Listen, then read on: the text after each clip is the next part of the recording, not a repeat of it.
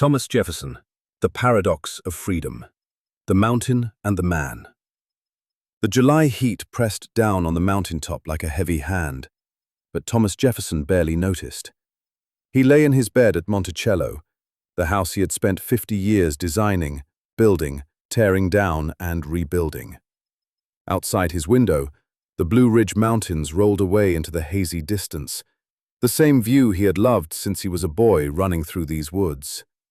Now, at 83, his body was failing him, but his mind remained sharp enough to recognize the poetry of what was about to happen. Theology of fever and pain, he kept asking the same question. Is it the fourth? Is it the fourth yet? The people gathered around his bed understood what he wanted. After all he had given to this nation, after all he had written and dreamed and built, he wanted one final gift from fate. He wanted to die on Independence Day, exactly 50 years after the world had changed forever because of words he had written in a rented room in Philadelphia. His grandson, Thomas Jefferson Randolph, sat nearby, watching the shallow rise and fall of the old man's chest. His physician, Robley Dungleson, checked his pulse again, feeling the irregular flutter beneath papery skin. In the corners of the room, enslaved workers moved quietly, the same people who had built this house, who had maintained it, who had made possible every moment of the leisure and contemplation that had allowed Jefferson to become Jefferson. They were there at his beginning, and they were there at his end, a constant presence in the great contradiction of his life. Monticello itself stood as a monument to that contradiction. Every line of its architecture spoke of Enlightenment ideals, of classical perfection, of reason and beauty made manifest in brick and wood and glass. But every nail in those walls, every brick in that foundation, had been placed by hands that belonged to people Jefferson owned. The magnificent library, the cabinet of curiosities, the ingenious inventions, the carefully tended gardens, all of it rested on a foundation of human bondage. Jefferson had written the most beautiful words about human equality ever committed to paper.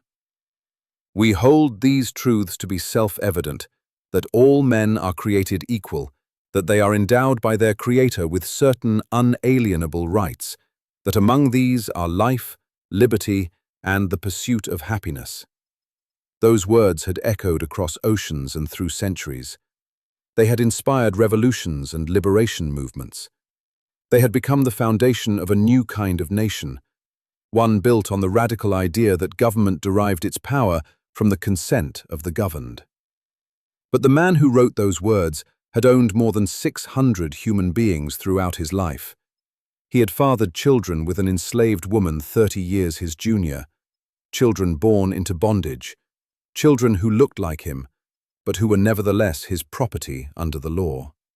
He had argued passionately against slavery in his writings, while building his entire world on its continuation. He had seen the moral horror of it, had written some of the most searing condemnations of slavery ever penned by a slaveholder, and yet he had never found a way to free himself from it, never found the courage or the conviction to dismantle the system that sustained him. This was Thomas Jefferson, and his story is America's story, brilliant and visionary, and deeply, tragically flawed. His life contained multitudes and contradictions that still echo through the American experience. He was a man of soaring ideals and practical compromises, of radical vision and conservative caution, of public virtue and private complexity. Blazing as the afternoon of July 4, 1826, wore on, Jefferson's breathing became more labored. Around the country, people were celebrating the Jubilee, the 50th anniversary of American independence. Cannons fired in salute. Speeches were given praising the founders and the principles they had fought to establish. In every town and village, people gathered to remember what had been won half a century ago. In Quincy, Massachusetts, another old man lay dying. John Adams, Jefferson's friend and rival, colleague and enemy, the man with whom he had worked to birth the nation and with whom he had battled over its future, was also fighting his final battle. At 90 years old, Adams too seemed to be waiting for something, holding on through sheer force of will. His last words, witnesses would later say, were, "Thomas Jefferson survives." He didn't know that his old friend had died 5 hours earlier. But before we reach that ending, we must go back to the beginning. We must follow the path that took a boy from the Virginia wilderness to the pinnacle of power and influence. We must understand how a man could simultaneously be a champion of freedom and a master of slaves. How he could write words that would liberate millions while keeping hundreds in bondage. How he could envision a nation of equals while building a society fundamentally divided by race.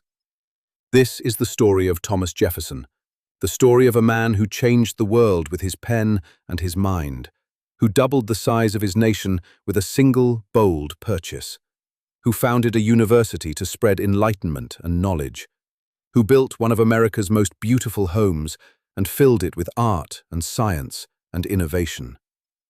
It is also the story of a man who never resolved the central contradiction of his existence, who carried that burden to his grave on a mountaintop in Virginia, leaving it to future generations to wrestle with the gap between his words and his actions, between the nation he imagined and the nation he helped create. The mountain still stands. The house still welcomes visitors from around the world. The words he wrote still inspire and challenge us, and the questions he left unanswered still demand our attention. This is his story, as complex and contradictory a nation he helped build, as beautiful and as flawed as America itself. Born in the wilderness. The first memory Thomas Jefferson would carry through his life came from a spring day in 1746 when he was 3 years old. His family was moving, and little Thomas was placed on horseback with one of his father's enslaved workers for a 50-mile journey through the Virginia wilderness. The child clung to the man who held him, watching the forest slide past, seeing for the first time how vast the world was beyond Shadwell, the plantation where he had been born. Combating something in Jefferson's imagination that would never leave him. The wilderness, the possibility of new lands, the dream of expansion into territories unknown. These became threads woven through the fabric of his life and his vision for America. But even in that earliest memory, there was the presence of slavery. The man who held him, who guided the horse, who was owned by Jefferson's father just as the land was owned, as the tobacco was owned, as everything in their world was owned by men who had the power and position to claim ownership. April 13, 1743. Shadwell Plantation, on the Rivanna River in the Virginia Piedmont, where the civilized world met the frontier. This was where Thomas Jefferson entered a world that was itself being born, a colonial society still finding its shape, still pushing westward into territories that Europeans had barely mapped. His father, Peter Jefferson, was a man of that frontier, 6 feet 2 inches tall and legendary for his physical strength. Peter was a surveyor and a planter, a man who had come from modest beginnings and through ambition, hard work, and advantageous connections, had built himself into a figure of consequence in Albemarle County. Peter Jefferson's marriage to Jane Randolph had been his social triumph. The Randolphs were one of Virginia's first families, connected to the colonial elite through generations of strategic marriages and political maneuvering. By marrying Jane, Peter had linked himself to that aristocracy, had given his children entree into circles that might otherwise have remained closed to the grandson of a struggling farmer. It was a marriage of advantage and affection both, and it produced 10 children, of whom Thomas was the third, but the first son. Young Thomas grew up in a household that straddled 2 worlds. His father represented the rough-hewn frontier spirit, the self-made man who could survey wilderness and clear land and build from nothing. His mother represented the old Virginia gentry, the world of proper manners and good breeding, and connections that reached back to England and forward into the future of colonial power. Thomas would inherit elements of both, but he would also carry the tension between them, never quite comfortable in either world, always somewhat apart, observing rather than fully participating. Shadwell itself was a modest plantation by the standards of the great tidewater estates, but it was substantial enough. The house was a simple one, a half-story structure, functional rather than grand. Around it spread the working lands, the tobacco fields that were the economic foundation of everything, the slave quarters where dozens of human beings lived in bondage, the barns and workshops, and all the infrastructure required to make a plantation function. This was the world that shaped Jefferson's earliest consciousness, where enslaved people were as much a part of the landscape as the trees and the fields. In 1745, when Thomas was just 2, the family temporarily relocated to Tuckahoe Plantation, about 50 miles to the east. Peter Jefferson had been named guardian of the children of his friend William Randolph III, who had died unexpectedly, and the family moved to fulfill that obligation. For the next 7 years, Thomas lived at Tuckahoe, receiving his earliest education alongside the Randolph children. This was his introduction to formal learning, to the world of books and ideas that would become his true home. Even as a small child, Thomas showed an unusual appetite for learning. While other boys his age were content with outdoor games and physical pursuits, Thomas was drawn to books, to the world they opened up beyond the confines of colonial Virginia. His father, who had received little formal education himself and regretted it, was determined that his son would have every advantage. At age 5, Thomas was enrolled in an English school. At 9, he began studying under Reverend William Douglas, a Scottish Presbyterian minister who taught him Latin, Greek, and French, along with the rudiments of classical learning. The family returned to Shadwell before 1753, and Thomas continued his education with increasing intensity. He rose before dawn to study, worked through his lessons with fierce concentration, and spent his evenings reading by candlelight. Books became his refuge and his passion. In later years, he would write, "I cannot live without books." And that hunger for knowledge, that belief in the power of learning to transform the individual and society, was already evident in the boy. But then came the blow that would force Thomas to grow up faster than he might have wished. On August 17, 1757, Peter Jefferson died suddenly at the age of 49. Thomas was just 14 years old, and in an instant he became the man of the family, the inheritor of his father's lands and responsibilities.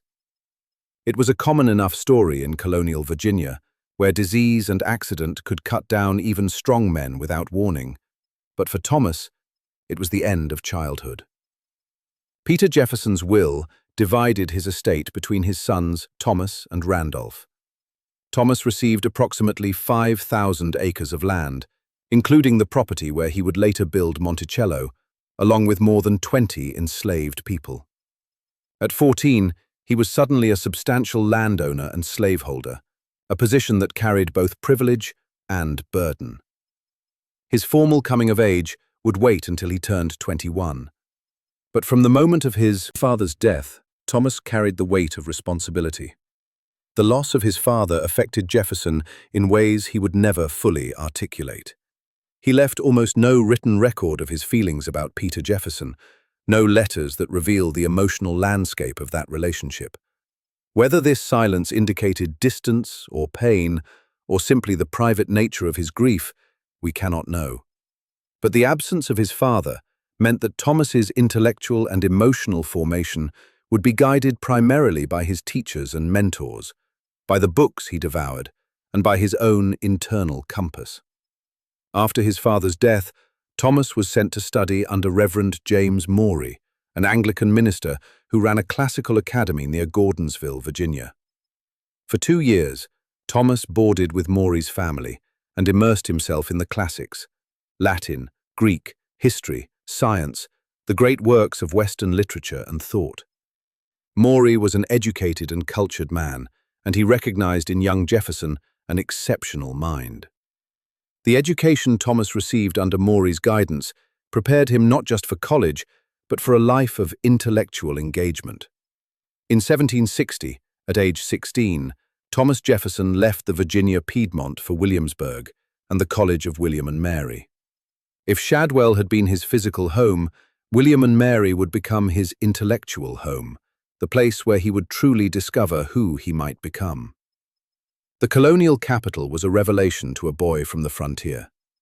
Williamsburg was where power resided, where the governor held court, where the House of Burgesses met, where ideas and arguments and ambitions collided and combined. It was a small place by European standards, but to Thomas Jefferson, it was a gateway to a larger world. At William and Mary, Jefferson fell under the influence of three men who would shape his future in profound ways. The first was Dr. William Small, a Scottish professor who had brought the latest Enlightenment thinking to Virginia. Small taught mathematics and philosophy, but more importantly, he introduced Jefferson to a new way of thinking about the world. The Enlightenment valued reason over tradition, empirical observation over received wisdom, the power of human intelligence to understand and improve the conditions of life. For Jefferson, these ideas were like sunlight breaking through clouds. They gave him a framework for understanding the world and his place in it. Submerged Small also introduced Jefferson to the other two men who would complete his informal education: Francis Fauquier, the royal governor of Virginia, and George Wythe, one of the colony's most distinguished lawyers. These three men formed a kind of intellectual circle, and they invited the young Jefferson to join them for Friday dinner parties where they would discuss philosophy, science, politics, and culture late into the night. Jefferson later wrote that he heard more good sense and philosophical conversation at those dinners than in all the rest of his life combined. George Wythe became not just a mentor, but almost a second father to Jefferson. After completing his formal studies at William and Mary in 1762, Jefferson began reading law under Wythe's direction. This was not mere professional training, but a comprehensive education in the foundations of law, government, and human rights. Wythe taught him that law was not just a technical profession, but a means of understanding society, its history, its values, and its potential for improvement.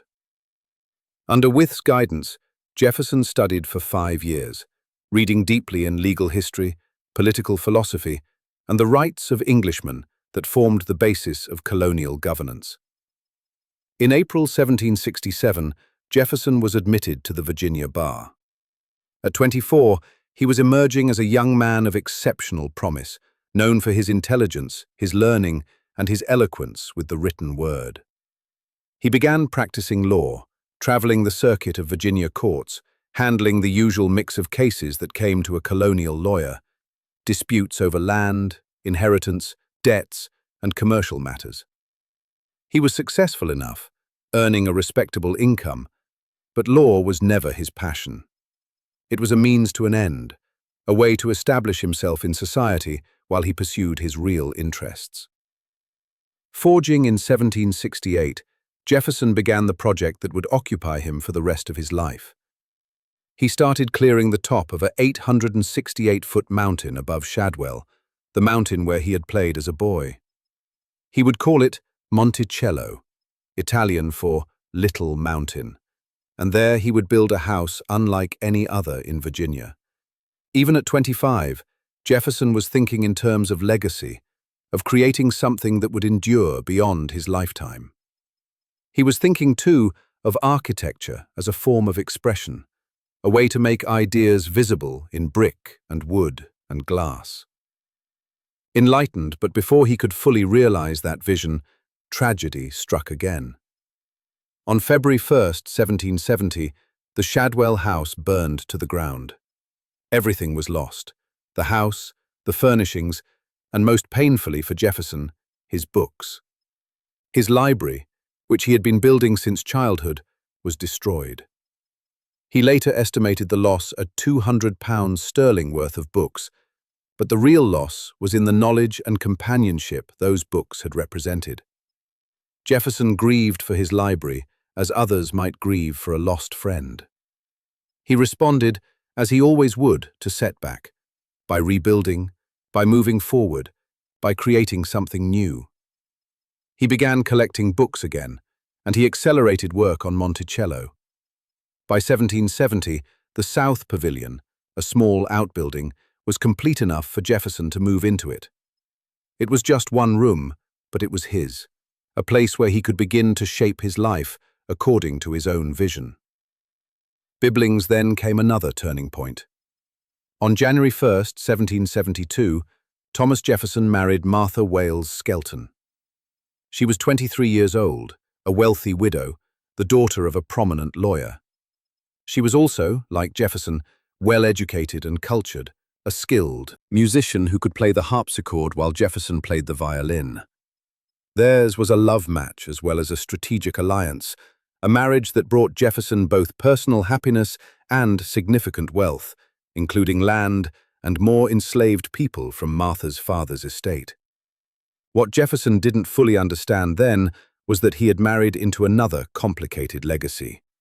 Martha's father, John Wales, had fathered children with Betty Hemings, one of his enslaved women.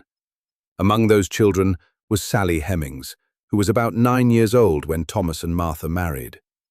Sally was thus Martha's half-sister, though their relationship would never be acknowledged in those terms. This tangled web of family relationships across the color line would become one of the most controversial aspects of Jefferson's life. But in 1772, as he began his married life in the small pavilion at Monticello, the future was still hidden. Thomas and Martha moved into that one-room brick structure and began their life together. It was not the grand house Jefferson envisioned, but it was a beginning. And despite the cramped quarters, despite the ongoing construction, despite the challenges of establishing a new household, they were happy. Martha would give birth to 6 children over the next 10 years, though only 2 would survive to adulthood. Martha, called Patsy, and Mary, called Maria or Polly. As Jefferson built his house and his family, he was also building his political career. In 1769, at the age of 26, he had been elected to the Virginia House of Burgesses, the colonial legislature. It was his first step into the political arena, and it came at a momentous time. The relationship between Britain and its American colonies was deteriorating, moving toward a crisis that would eventually explode into revolution. And Thomas Jefferson, the young lawyer and planter from Albemarle County, would find himself at the center of that storm, carrying words that would change the world. The forging of a mind. Virginia House of Burgesses met in Williamsburg, in the Capitol building that sat at the end of Duke of Gloucester Street like a brick fortress of colonial power. When Thomas Jefferson took his seat there in 1769, he was the youngest member, a gangly redhead with a quiet demeanor that made him easy to overlook in a room full of established planters and merchants and lawyers. But those who paid attention noticed something different about this young man from Albemarle County. He didn't speak much in debate. Public speaking was never his strength, and he knew it. But when he did speak, his words were precise and well-reasoned. And when he put pen to paper, something remarkable emerged. Jefferson's years in the House of Burgesses, from 1769 to 1774, coincided with the escalating crisis between Britain and the American colonies. The pattern was becoming familiar. Britain would assert its authority through new taxes or restrictions, the colonies would protest, tensions would rise, and eventually a compromise would be reached that satisfied no one and simply delayed the inevitable confrontation. The Townsend Acts, the Boston Massacre, the Tea Act, the Boston Tea Party.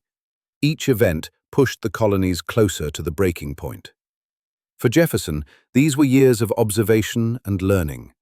He watched as older, more experienced politicians like Patrick Henry and Richard Henry Lee argued the colonies' case against British encroachment. He began to formulate his own understanding of the relationship between Britain and its colonies, an understanding that was growing increasingly radical. The more he studied English history and constitutional law, the more he became convinced that Britain's claims of absolute authority over the colonies were historically and legally unfounded. In 1774, Jefferson put those thoughts into writing. He drafted a set of instructions for the Virginia delegates to the First Continental Congress, a document that came to be known as a summary view of the rights of British America. The Virginia Convention found his arguments too radical and declined to adopt them officially. But Jefferson's friends published the document anyway, and it quickly circulated through the colonies and even made its way to England. Forged a summary view was remarkable for its boldness. Jefferson argued that the colonists' ancestors had left England of their own free will and at their own expense, and had established new societies in America. The connection to the British Crown was therefore voluntary, not compulsory. Parliament, Jefferson wrote, had no authority over the colonies because the colonists had never consented to that authority. The only legitimate link was allegiance to the king, and even that allegiance was conditional on the king's just governance. These were dangerous ideas, the kind of arguments that could be construed as treason. But they were also ideas whose time was coming. Across the colonies, people were beginning to think in similar terms, beginning to question whether the connection to Britain was worth preserving if it meant perpetual subordination to a distant parliament that seemed determined to treat Americans as subjects rather than citizens. Yet even as Jefferson wrote these stirring words about natural rights and the consent of the governed, he was wrestling with an enormous contradiction in his own life and in the society around him. In A Summary View, he included a passage condemning the king for preventing Virginia from prohibiting the slave trade, calling it this execrable commerce. Jefferson knew that slavery was wrong. He had written eloquently about its moral horror, about how it degraded both the enslaved and the enslaver, about how it violated the natural rights he claimed were inalienable. But knowing something is wrong and having the courage to act on that knowledge are two different things. Jefferson owned human beings. His wealth, his leisure, his ability to spend hours in his library reading and writing and thinking, all of it depended on the labor of enslaved people. At Shadwell, at Monticello, on his various properties, more than 150 enslaved people worked the fields, maintained the buildings, cooked the meals, cared for the children, made possible the comfortable life of the Virginia gentry. Jefferson's views on slavery were complex and contradictory, a tangle of moral conviction, racial prejudice, economic dependency, and intellectual rationalization. He believed slavery was wrong, but he also believed that black people were inferior to whites in various capacities, a conviction he would lay out in painful detail in his Notes on the State of Virginia. He thought slavery should eventually be abolished, but he also thought that freed black people could never successfully coexist with white Americans and would need to be colonized elsewhere. He condemned the slave trade while continuing to buy and sell enslaved people himself. He wrote about the corrupting effect of slavery on the morals of slaveholders, while raising his own children in a household where human bondage was the foundation of daily life. This contradiction was not unique to Jefferson. It was woven into the fabric of Virginia society and, indeed, into the very conception of America that was about to be born. The men who would declare that all men were created equal were, many of them, slaveholders. The principles of liberty and natural rights that would justify revolution were being proclaimed by people who denied those same rights to hundreds of thousands of enslaved Africans and their descendants. This was the original sin of the American experiment, and Thomas Jefferson embodied it more completely than perhaps any other figure in the founding generation. In 1774, as the crisis with Britain deepened, Jefferson's personal world was also in flux. His wife Martha's father, John Wales, died, and the couple inherited a substantial fortune, more land, more slaves, and also a crushing amount of debt. Wales had lived well beyond his means, and Jefferson would spend the rest of his life trying to pay off those inherited obligations. The wealth that seemed like such a windfall would eventually become an albatross, particularly as the economic disruptions of the coming war and the post-war period made it increasingly difficult for Virginia planters to maintain their accustomed standard of living. But in 1775, more immediate concerns demanded Jefferson's attention. The First Continental Congress had met in Philadelphia the previous fall and had issued a declaration of colonial rights, organized a boycott of British goods, and called for a Second Continental Congress to meet in May 1775 if Britain did not address colonial grievances. Britain did not address those grievances. Instead, tensions continued to escalate until, on April 19, 1775, British troops and colonial militiamen exchanged fire at Lexington and Concord in Massachusetts. The American Revolution had begun. When the Second Continental Congress convened in Philadelphia in May 1775, Thomas Jefferson was among the Virginia delegates. At 32, he was one of the youngest members, but his reputation had preceded him. A summary view had marked him as a powerful writer and a clear thinker, someone who could articulate the colonial position with both philosophical depth and rhetorical force. He was appointed to various committees, and he began to build relationships with delegates from other colonies.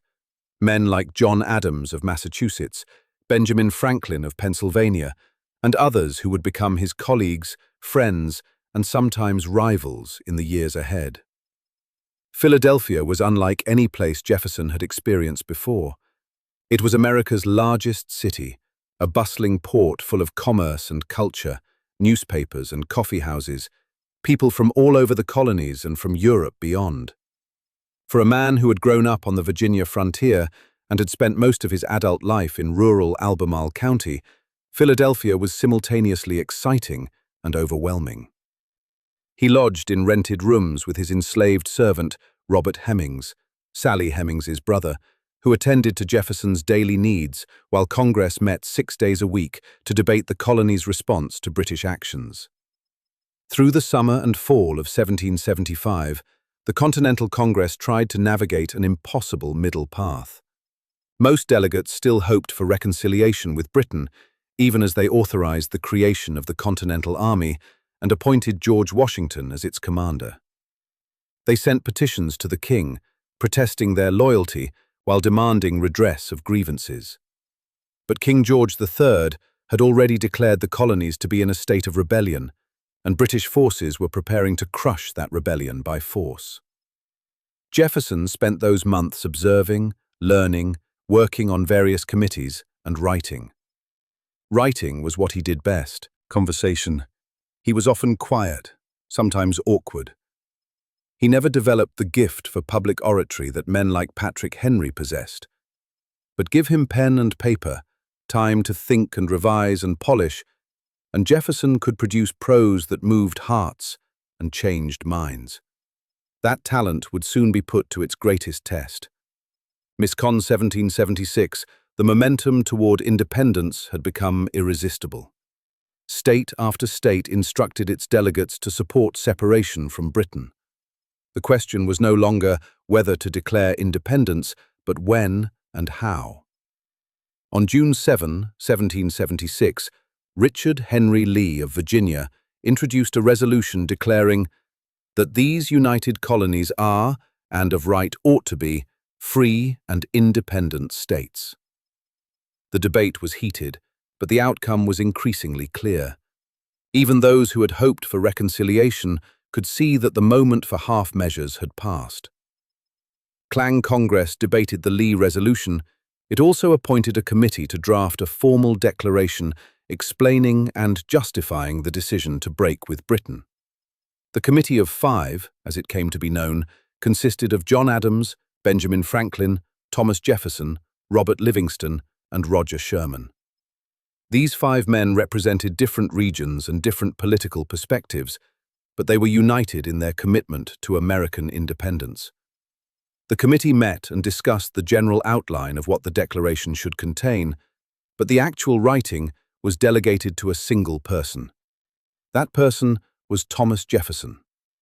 Later, Both Jefferson and John Adams would write accounts of how this decision was made, accounts that differ in some details but agree on the essential facts. Adams argued that Jefferson should write the draft. He gave 3 reasons. First, Jefferson was a Virginian, and Virginia was the largest and most influential colony. Second, Adams himself was obnoxious, suspected, and unpopular because of his outspoken advocacy for independence. Third, Jefferson was simply a better writer. "You can write 10 times better than I can," Adams told him. Jefferson protested.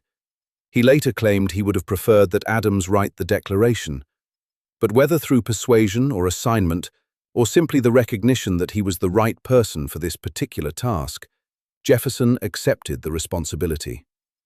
In mid-June 1776, in the rented parlor of a brick house at 7th and Market Streets in Philadelphia, with the heat of summer pressing in and the sounds of the city filtering through the windows, Thomas Jefferson sat down to write the words that would define a nation. He worked in that parlor for about 2 weeks, from June 11th to June 28th. He worked largely alone, though he consulted with Franklin and Adams and showed them drafts as the document took shape.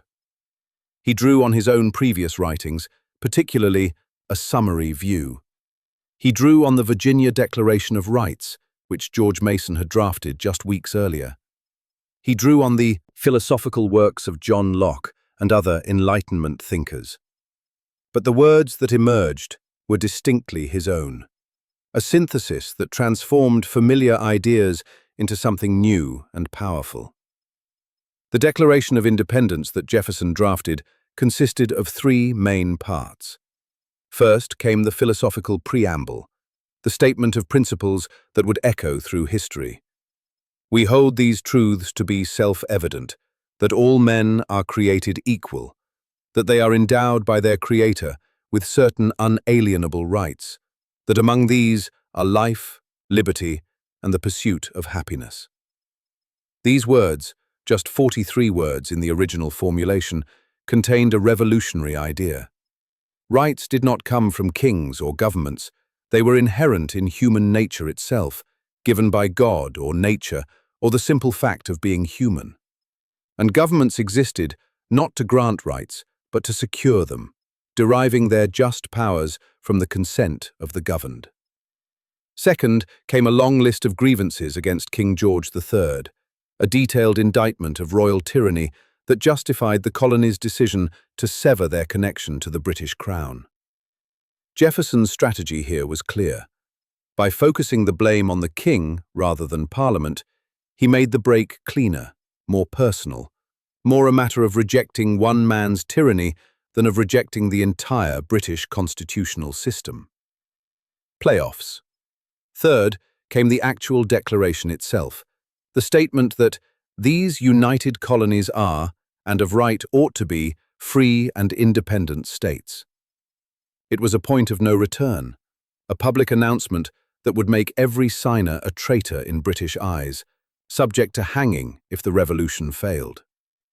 But Jefferson's original draft contained something else as well, a passage that Congress would ultimately delete.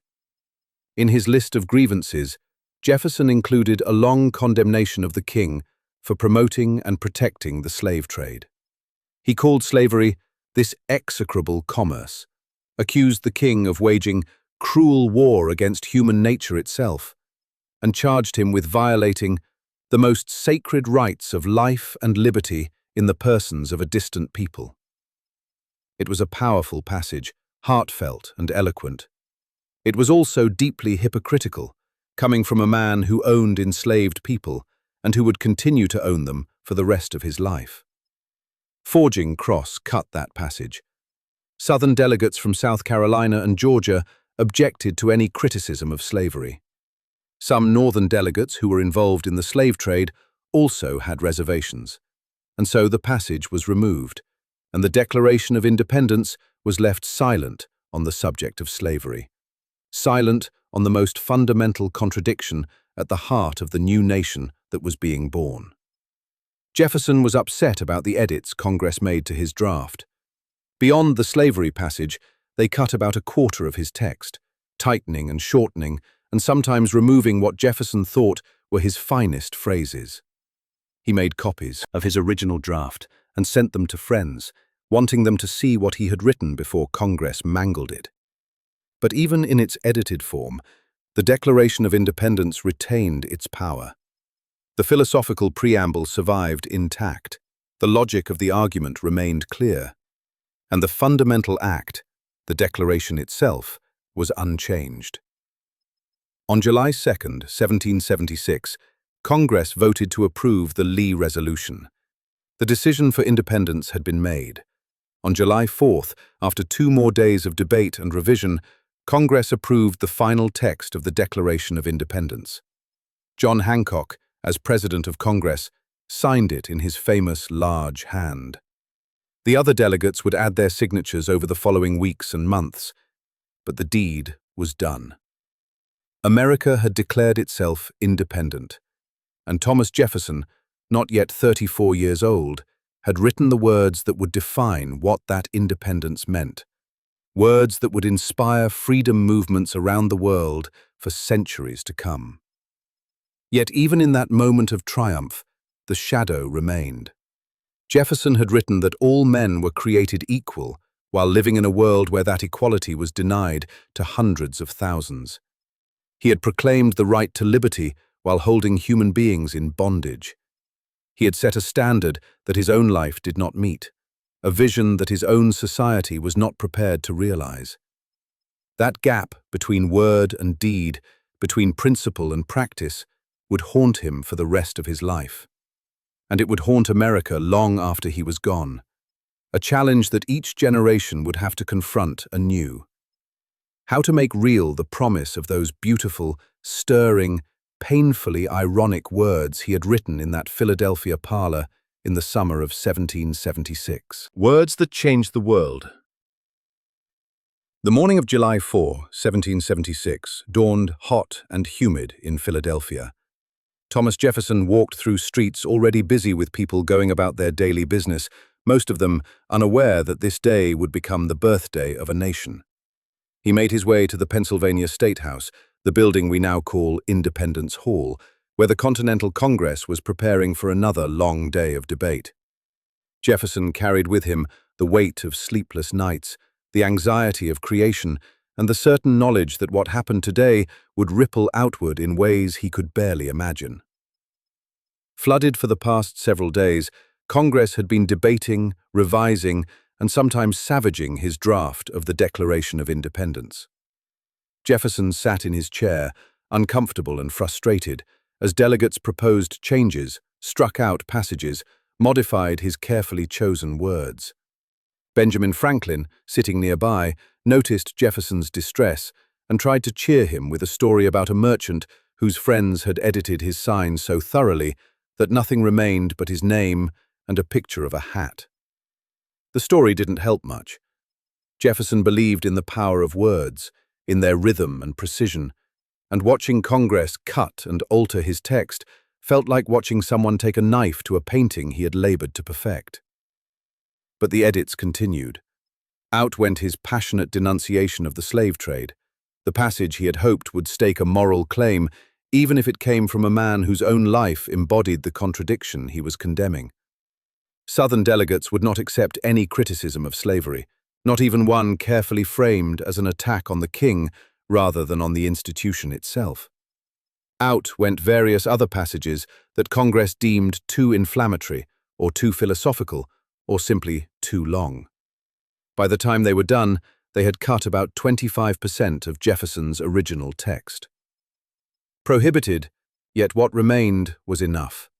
What remained was revolutionary.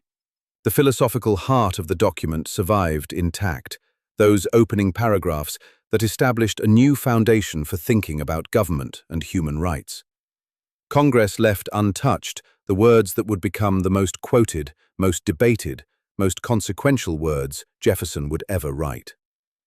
We hold these truths to be self-evident, that all men are created equal, that they are endowed by their Creator with certain unalienable rights, that among these are life, liberty, and the pursuit of happiness. Self-evident, Jefferson had originally written sacred and undeniable, but that phrase had been changed to self-evident, a shift that moved the foundation of rights from the religious to the rational. These truths needed no proof because they were apparent to any thinking person. They were not dependent on revelation or authority, but on reason and observation. This was Enlightenment philosophy, crystallized into a political principle, the idea that human understanding, tradition, or power should guide the organization of society. All men are created equal. The implications of this statement were radical, even revolutionary, though Jefferson and his contemporaries did not fully recognize or accept all of those implications. If all men were created equal, on what basis could one man rule another without that man's consent? On what basis could kings claim divine right? On what basis could aristocracy assert inherited privilege? The statement undermined every hierarchy, challenged every assumption of natural superiority, every claim of rightful dominance. It was a declaration of war against the old order, against centuries of tradition that held that some people were born to rule and others born to obey. Termed who was included in all men, Jefferson and most of his contemporaries understood men to mean white men, property-owning men, men of a certain standing and education. Women were not considered to have the same political rights. Enslaved people were property, not persons in the full legal sense. Native Americans were regarded as outside the social compact entirely. The equality Jefferson proclaimed was limited, partial, incomplete, but the words themselves contained a promise and a challenge that would echo far beyond what he intended. If all men were created equal, why not all people? If certain rights were inalienable, how could they be denied to anyone? Those questions would be raised by women demanding the vote, by enslaved people claiming their freedom, by every group that had been told they were lesser, inferior, unworthy of full humanity. The words Jefferson wrote would become weapons in battles he never imagined, tools for liberation movements he would not have supported. That was the power and the danger of putting such absolute principles into writing.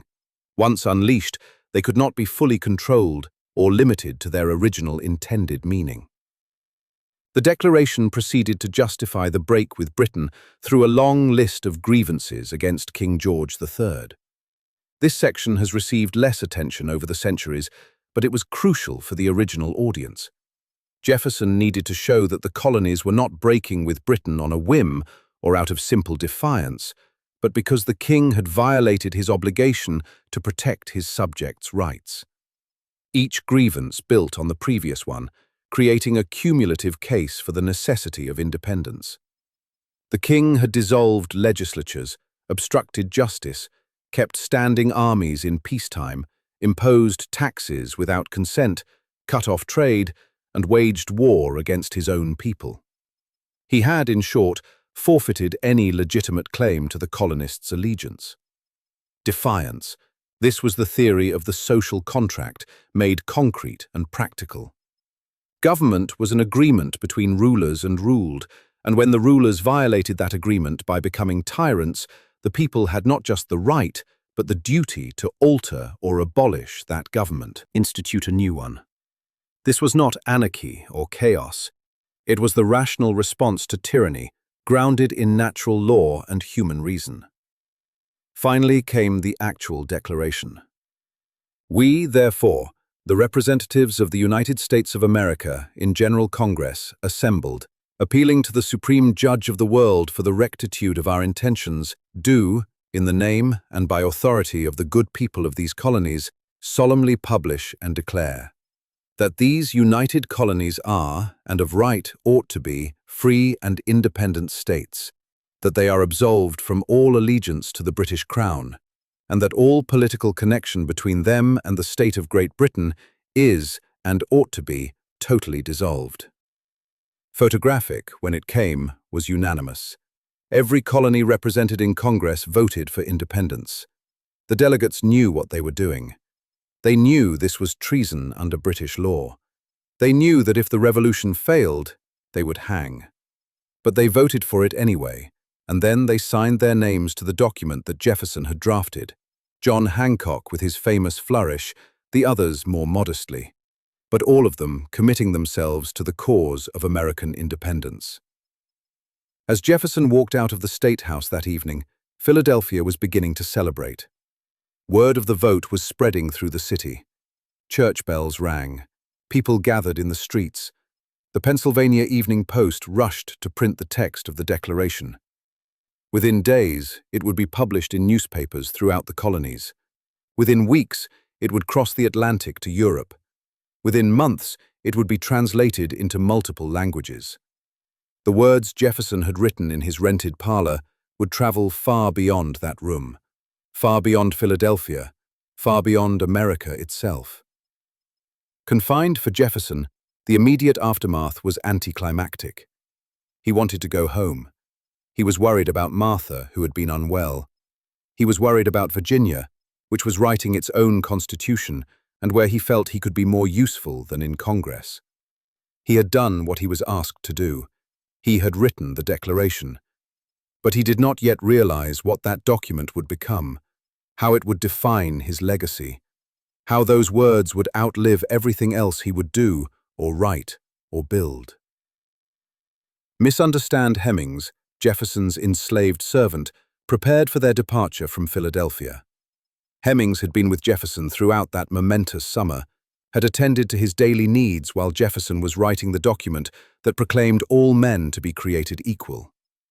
Hemmings, who was not free, who was owned by the man writing about natural rights and liberty. Hemmings, who was also Sally Hemings's brother, part of that tangled web of family relationships that crossed the color line, that bound together in intimate daily proximity people who occupied radically different positions in the social hierarchy. Hemmings, who packed Jefferson's belongings, arranged for their transportation, and prepared to return with Jefferson to Virginia, to Monticello, to the plantation world where enslaved people made possible the comfortable life of the master class. The contradiction was right there, immediate and unavoidable. Jefferson could not escape it, could not rationalize it away. Though he would spend much of his life trying, he knew slavery was wrong. He had written eloquently about its moral evil, but he could not, or would not, free himself from it. Economic dependency was part of the explanation. His wealth was tied up in land and enslaved people, and freeing them would have meant financial ruin.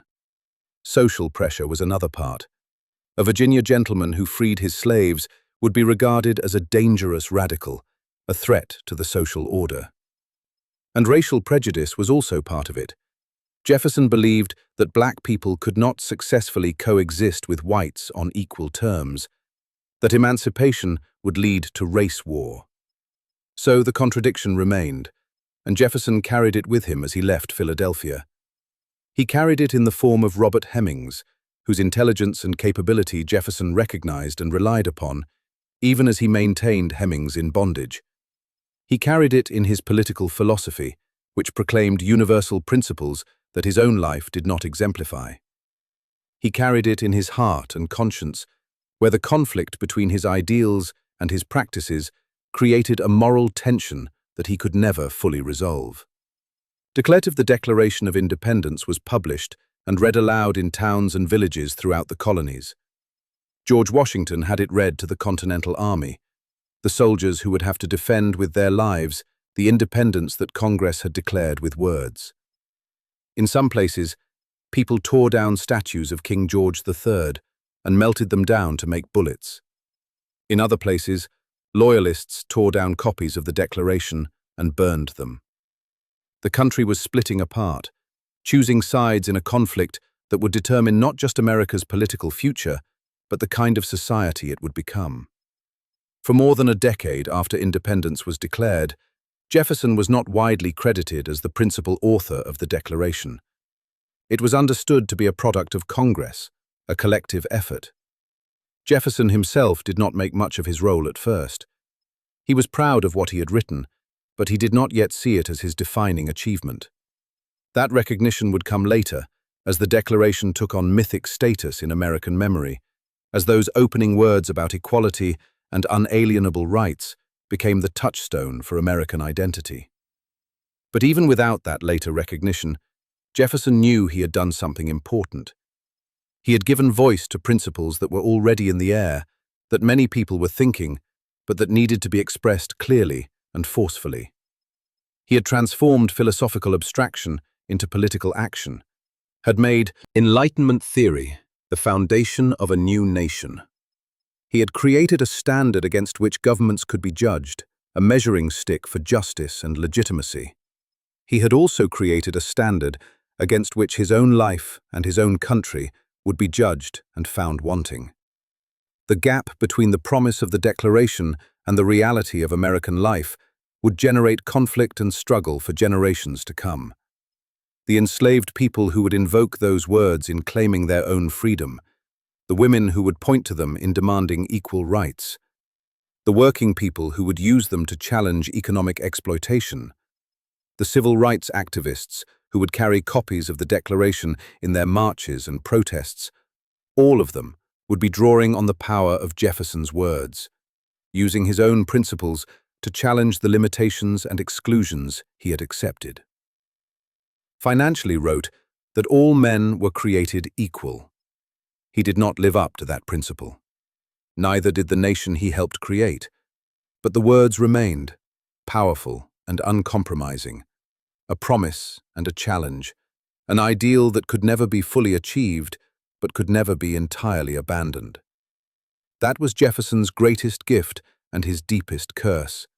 He gave America a vision of itself that was more noble than the reality, a goal that would forever remain just out of reach, pulling the nation forward even as it exposed the nation's failures and hypocrisies.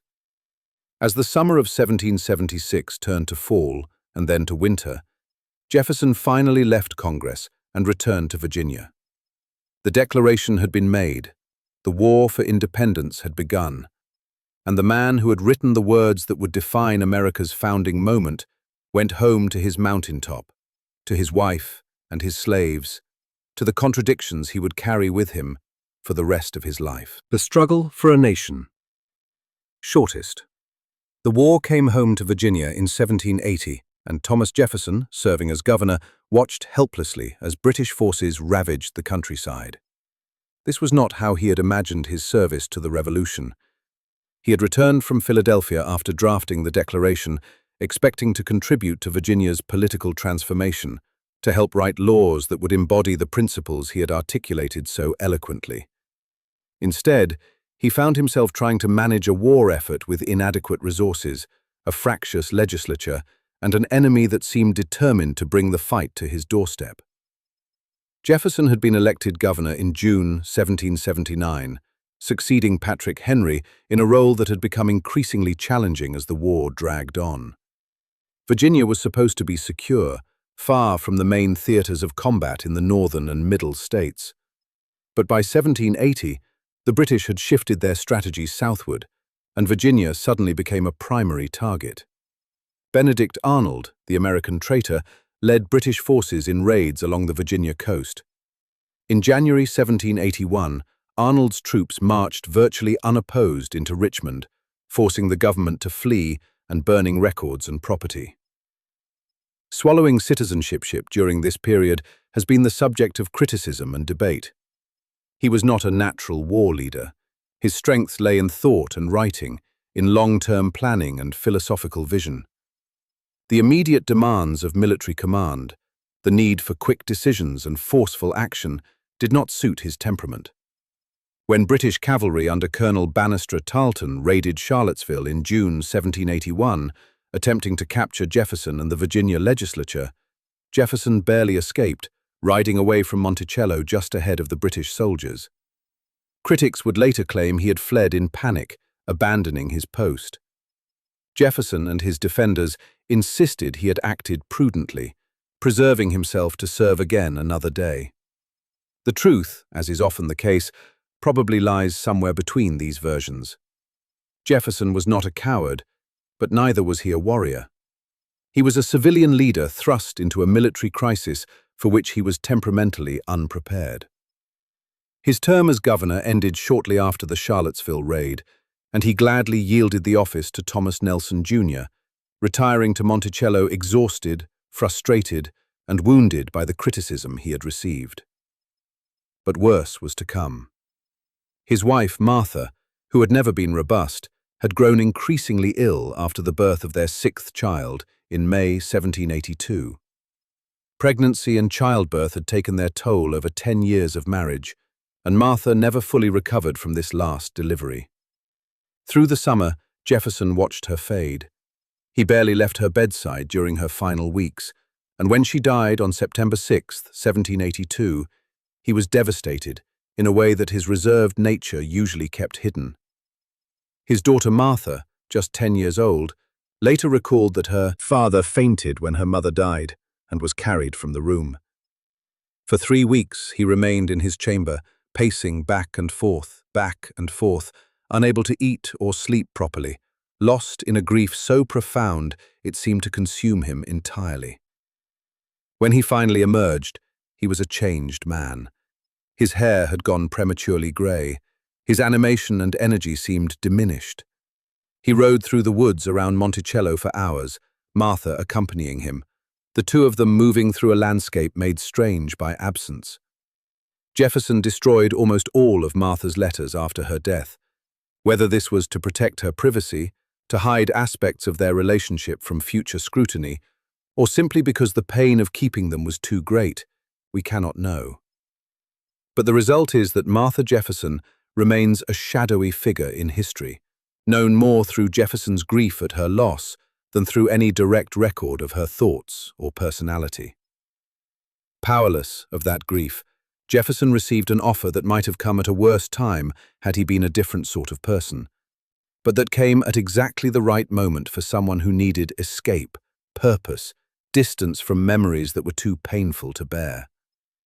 Congress appointed him to serve as a minister to France, helping to negotiate peace terms with Britain and to secure diplomatic and commercial relationships with European powers. France. Jefferson had read about it, had studied its language and literature, had absorbed its philosophy. Now he would see it firsthand, would live in Paris, would immerse himself in European culture and society.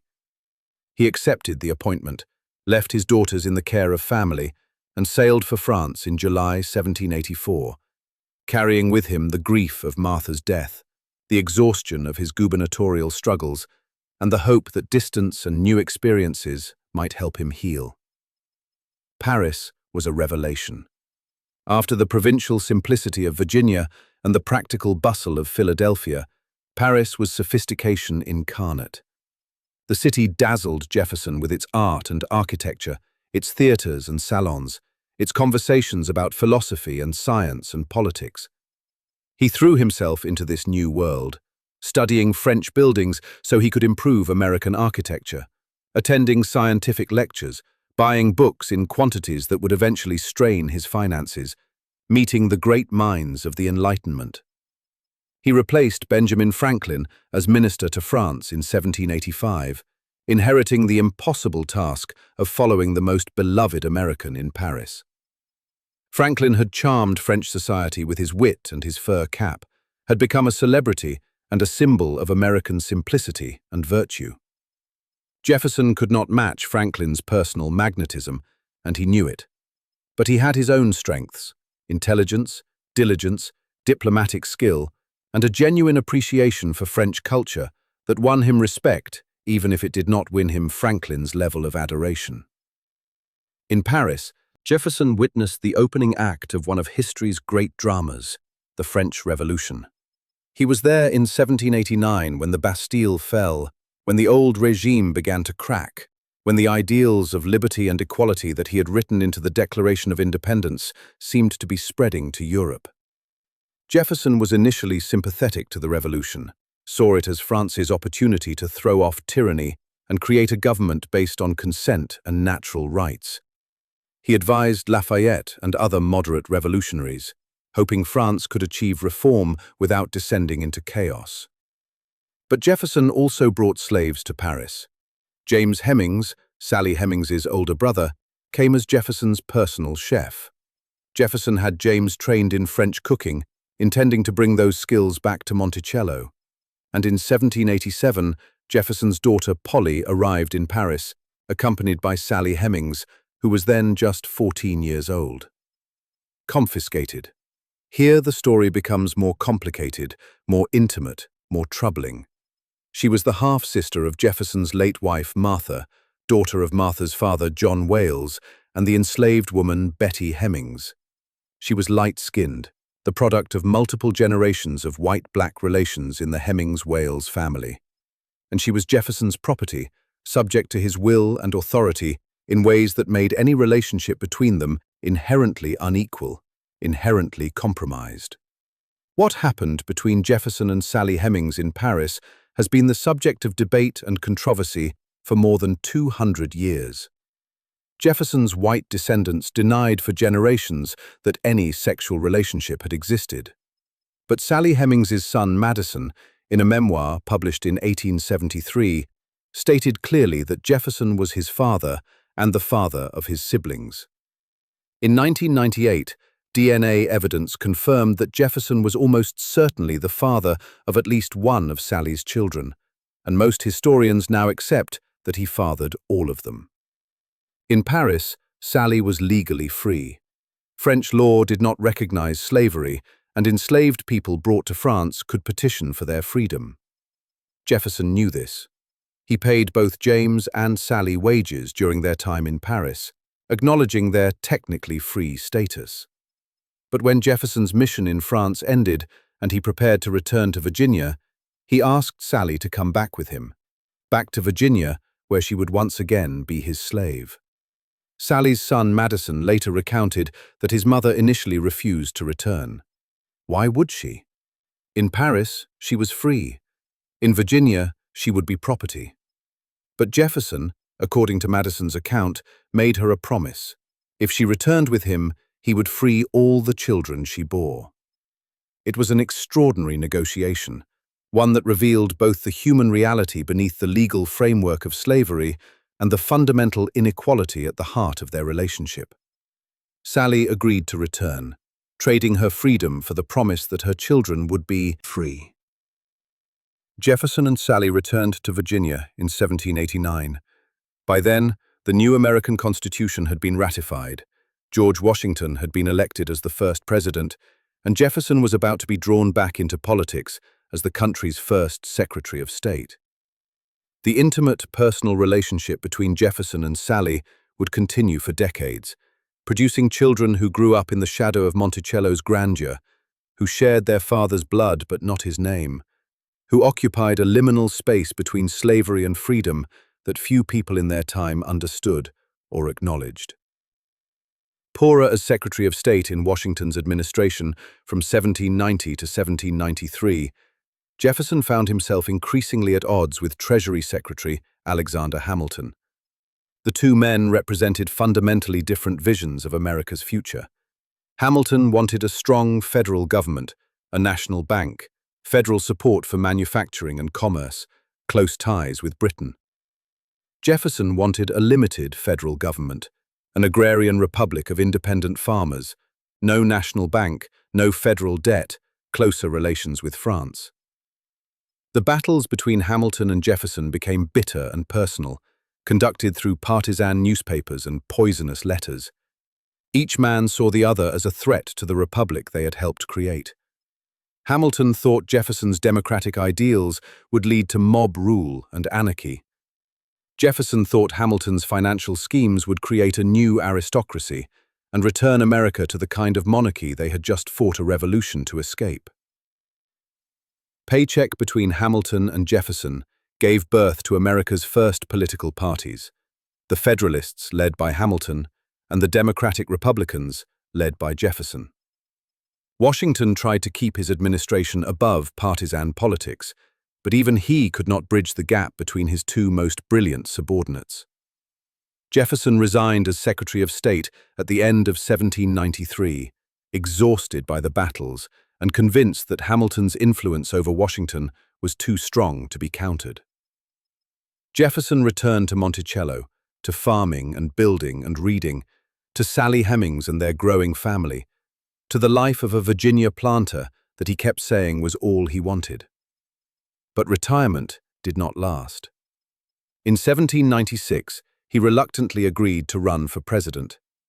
He came in second to John Adams, and thus, under the rules then in effect, became vice president. For 4 years, Jefferson served in an administration led by a man who was both his friend and his political opponent, watching as the Federalists pushed through policies Jefferson opposed, including the Alien and Sedition Acts that Jefferson saw as unconstitutional attacks on civil liberties. In 1800, Jefferson ran again, this time determined to defeat Adams and return the government to what he considered true Republican principles. The election was vicious, one of the dirtiest in American history. Jefferson and Adams, once friends, had worked together to birth the nation, became enemies whose supporters traded accusations of atheism, monarchism, radicalism, and every other political sin imaginable. When the electoral vote ended in a tie between Jefferson and Aaron Burr, the election was thrown into the House of Representatives, where it took 36 ballots before Jefferson finally emerged victorious. On March 4, 1801, Thomas Jefferson took the oath of office as the third President of the United States. He had spent 25 years in public service, had helped declare America's independence, had served as governor and diplomat and Secretary of State and Vice President. Now he stood at the pinnacle of American political life, ready to implement his vision of what the Republic should be. The paradox had not diminished. If anything, it had grown more acute. The champion of limited government and states' rights would find that governing required him to exercise powers he had once claimed were unconstitutional. The philosopher who preached simplicity and frugality would preside over the largest expansion of American territory in the nation's history. And the man who wrote that all men were created equal would continue to hold hundreds of human beings in bondage, including the woman who shared his bed and the children who carried his blood. The Louisiana Gamble. The message that reached Thomas Jefferson in early 1803 transformed his presidency and the future of the United States. Spain had secretly ceded Louisiana back to France. Napoleon Bonaparte, the Corsican general who had made himself master of France, now controlled New Orleans and the vast territory stretching west from the Mississippi River to the Rocky Mountains. For Jefferson, this was both a crisis and a potential catastrophe. New Orleans was the key to American commerce. Western farmers depended on the right to ship their goods down the Mississippi and through New Orleans to reach markets in the east and across the Atlantic. If Napoleon controlled that port, he could choke American economic growth at will. Jefferson's dilemma cut to the heart of his political philosophy. He had built his career on arguing for strict construction of the Constitution, for limited federal power, for the supremacy of states' rights. He had opposed Alexander Hamilton's expansive interpretation of federal authority at every turn. But now, faced with a genuine threat to American interests, Jefferson found himself contemplating an action for which the Constitution provided no clear authority: the purchase of foreign territory. Blazing moved carefully, sending James Monroe to Paris to join Robert Livingston, the American minister to France, with authorization to offer up to $10 million for New Orleans and West Florida. Jefferson's instructions were clear: secure American access to the Mississippi and New Orleans by any means necessary, preferably through purchase, but if France refused, then prepare for possible military alliance with Britain to wrest the territory by force. It was a remarkable position for Jefferson, who had long championed friendship with France and suspicion of Britain. But the stakes were too high for ideological consistency. Meanwhile, Napoleon's grand vision for a French empire in North America was collapsing before it could properly begin. His plan had been to use Louisiana as the breadbasket for French colonies in the Caribbean, particularly Saint-Domingue, modern Haiti, the jewel of France's colonial empire and one of the world's richest sugar-producing regions. But enslaved people in Saint-Domingue had other ideas. Led by Toussaint Louverture and Jean-Jacques Dessalines, they waged a revolution that defeated French attempts to restore slavery. By 1803, Napoleon had lost 50,000 soldiers to yellow fever and guerrilla warfare in the Caribbean. His army was decimated, and his dreams of American empire were in ruins. Napoleon's finance minister, François de Barbé-Marbois, advised him that Louisiana would be a liability without Saint-Domingue to support it. Britain and France were moving toward renewed war, and Napoleon knew that if war came, the British Navy could seize Louisiana with ease.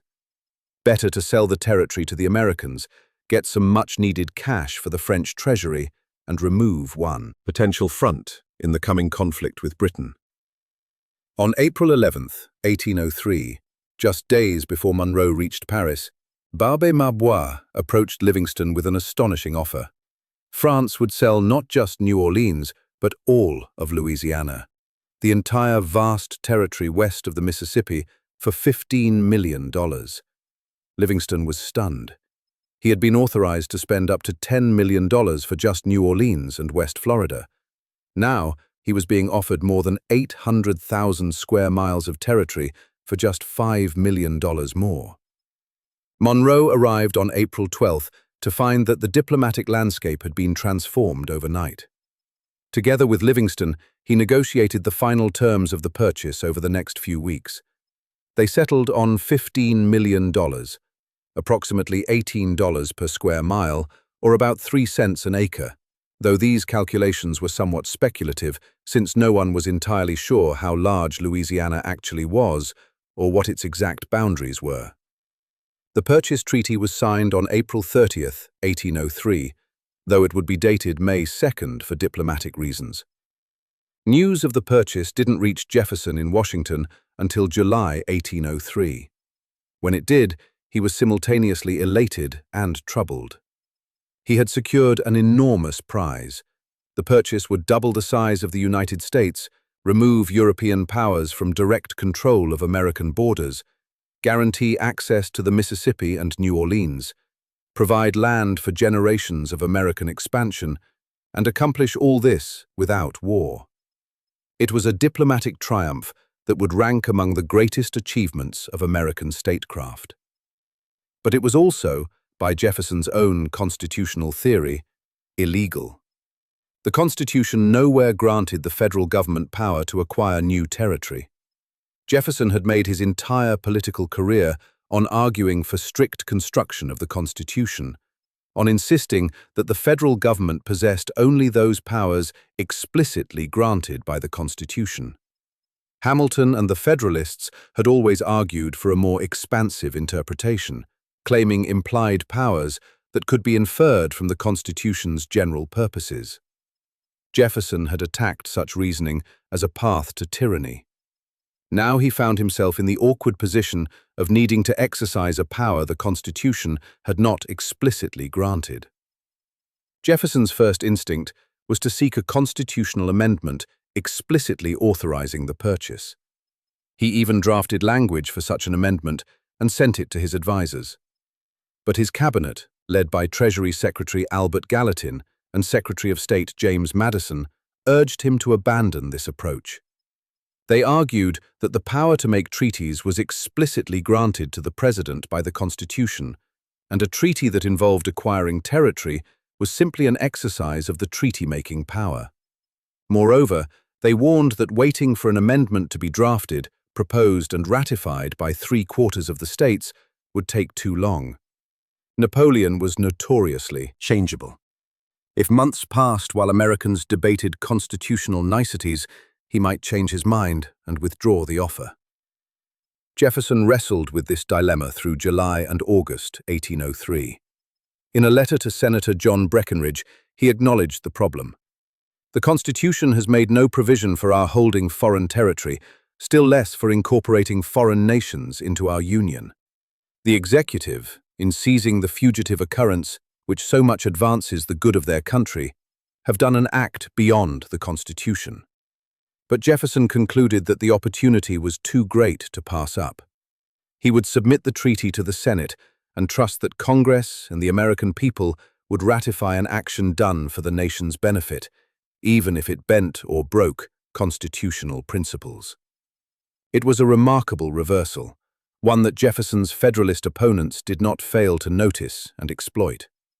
The man who had spent years arguing that the federal government could only exercise explicitly granted powers was now arguing that the president could exercise implied powers when the nation's interest required it. The man who had opposed the National Bank on constitutional grounds was now defending territorial acquisition on much more tenuous constitutional logic. Jefferson had become, at least temporarily, a Hamiltonian. Safeguard the political opposition to the Louisiana Purchase came primarily from New England Federalists, but for reasons that had little to do with constitutional theory. They opposed the purchase because they feared, correctly as it turned out, that expansion westward would dilute New England's political influence, would shift power away from the commercial northeast toward the agricultural south and west.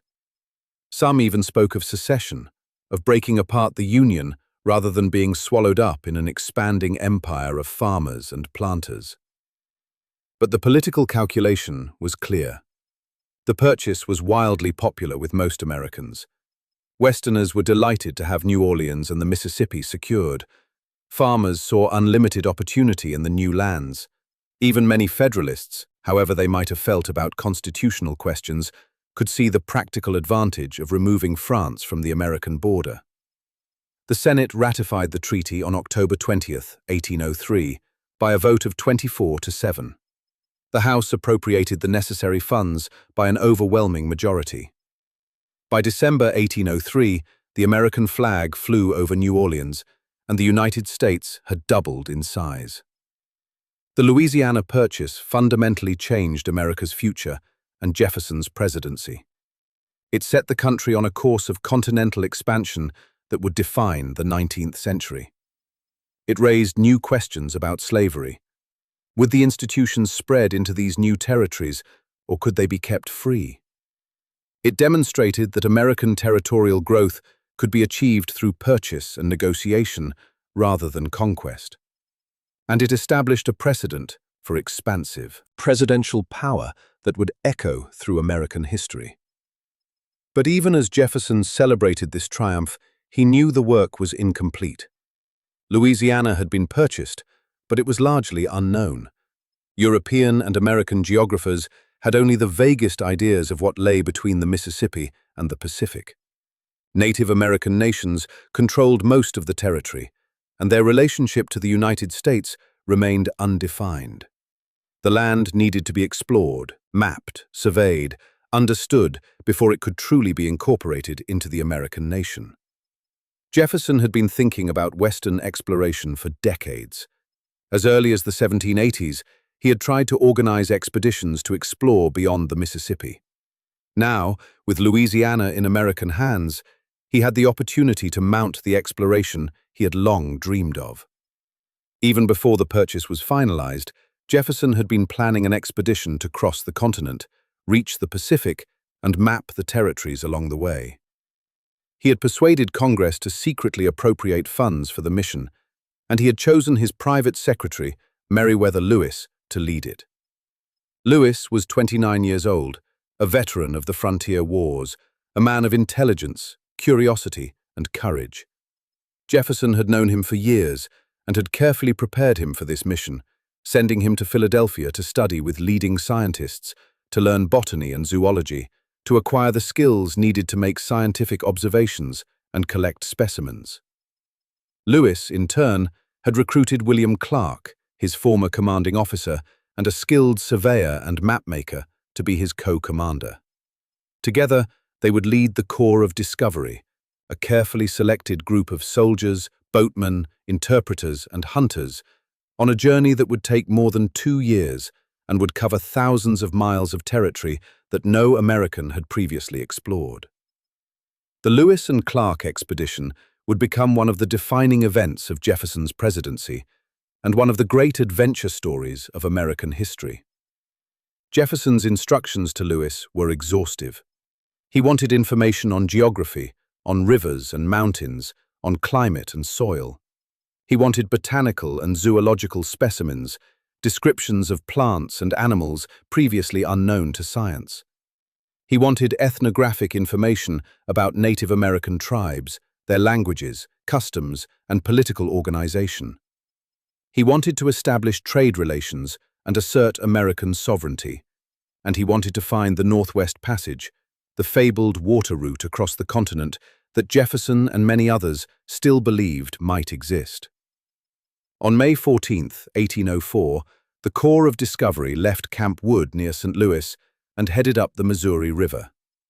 Clark's slave, York, accompanied the expedition, as did Lewis's Newfoundland dog, Seaman.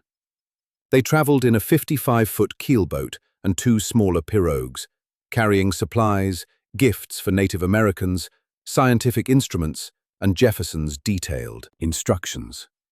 They would not return until September 1806, and in those 2.5 years, they would transform American understanding of the West, establish American presence across the continent, and fulfill Jefferson's vision of extending the nation's reach to the Pacific Ocean. The purchase of Louisiana and the launching of the Lewis and Clark expedition represented Jefferson at his best: visionary, bold, willing to seize opportunities even when they conflicted with his stated principles. He had compromised his constitutional scruples to achieve a goal he believed was essential for the nation's future. He had gambled $15 million of public money on a vast territory that was still largely a blank space on the map. And he had set in motion an exploration that would capture the American imagination and reinforce the idea that the nation's destiny lay in westward expansion. But the Louisiana Purchase also raised questions that Jefferson and his generation could not fully answer. What would happen to the Native American nations who lived in this territory? Would the new lands be slave or free? Could a republic organized around the consent of the governed effectively govern such a vast and diverse territory? These questions would generate conflict and crisis for decades to come, contributing eventually to the Civil War that would nearly destroy the Union Jefferson had worked so hard to preserve and expand. For now, though, Jefferson could bask in the success of his gamble. He had doubled the size of the United States without firing a shot. He had secured the Mississippi and New Orleans. He had established the principle that America would expand through purchase and negotiation, as well as through settlement and conquest. And he had demonstrated that even a strict constructionist like himself could be pragmatic when circumstances required it, that principle could sometimes give way to necessity, that the Constitution was flexible enough to accommodate the unforeseen opportunities of a changing world. The Corps of Discovery Chung. The Missouri River cut through the Great Plains like a brown ribbon of muscle, carrying the Corps of Discovery into a landscape that challenged everything they thought they knew about North America. Meriwether Lewis stood at the bow of the keelboat, watching the shoreline slide past, mentally cataloguing everything he saw: the plants, the animals, the geological formations, the distances traveled each day. Behind him, the men strained at the oars or walked along the shore, towing the heavy boats against the current. It was back-breaking work, and they were only a few weeks into a journey that would take more than 2 years. William Clark moved among the men, checking supplies, keeping the journal that Jefferson had instructed them to maintain, sketching maps of the river and the surrounding territory. Clark was the practical one, the experienced riverman and surveyor who could read the water and find the best channels. Lewis was the scientist and diplomat, the one who collected specimens and negotiated with Native American leaders. Together, they formed an effective partnership, their skills complementing each other, their authority over the expedition shared in a way that was unusual for military organizations of the time. Army of Discovery numbered about 45 men when they set out from Camp Wood in May 1804, though only about 33 would make the entire journey to the Pacific and back. They were a mixed group: soldiers from the U.S. Army, French-Canadian boatmen who knew the river, hunters who could keep the expedition fed, interpreters who spoke various Native American languages. Among them was York, Clark's enslaved servant, a powerful man whose presence would fascinate the Native Americans they encountered. There was George Drouillard, a skilled hunter and interpreter of mixed French and Shawnee heritage. There were the Field brothers, Joseph and Reuben, Kentucky frontiersmen who would prove invaluable. And there was Seaman, Lewis's Newfoundland dog, who would accompany them the entire way, hunting and guarding camp. Through the summer of 1804, they pushed upstream through territory that was familiar to traders and trappers, but still new to official American exploration. They held councils with various Native American nations, the Oto, the Missouri, the Yankton Sioux, the Teton Sioux. Lewis gave speeches about the new Great Father in Washington, distributed medals and gifts, tried to establish peaceful relations and American sovereignty over lands that Native Americans had occupied for centuries. Some meetings were friendly. Others were tense, particularly the encounter with the Teton Sioux, who demanded payment for passage through their territory and seemed ready to use force to collect it. Only skillful negotiation and a show of the expedition's military capability prevented violence. In October, as the plains grew cold and the nights froze, they reached the Earth Lodge villages of the Mandan and Hidatsa, Indians near present-day Bismarck, North Dakota. This was a major trading center where tribes from across the plains came to exchange goods, where French and British traders had established relationships, where information about the territories to the west might be gathered. Lewis and Clark decided to winter here, and the men set about building Fort Mandan, a triangular stockade where they would spend the next 5 months. During that winter, they prepared for the next phase of the journey. They gathered information from traders and Native Americans about the route ahead, about the mountains they would have to cross, about the rivers that might lead them to the Pacific. They prepared specimens and reports to send back to Jefferson in the spring, samples of plants and minerals, animal skins, Native American artifacts, detailed maps and journals documenting what they had seen. And they recruited 2 new members who would prove essential to the expedition's success. The first was Toussaint Charbonneau, a French-Canadian trader who had been living with the Hidatsa and who spoke several languages.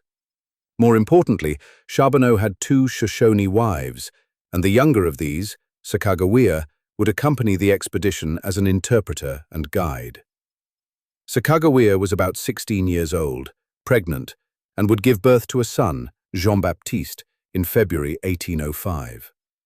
2 months later, when the Corps of Discovery headed west again, Sacagawea would carry her infant son on her back through some of the most difficult terrain in North America. On April 7, 1805, the main party of the expedition, 33 people plus Sacagawea and her infant, set out from Fort Mandan in 6 dugout canoes and 2 larger pirogues. That same day, a smaller group headed back downstream to St. Louis with the specimens, maps, and reports Lewis and Clark had prepared for Jefferson. Included in that shipment were live animals, a prairie dog and several magpies, that had somehow survived the winter in captivity and would eventually reach Jefferson at the President's house in Washington.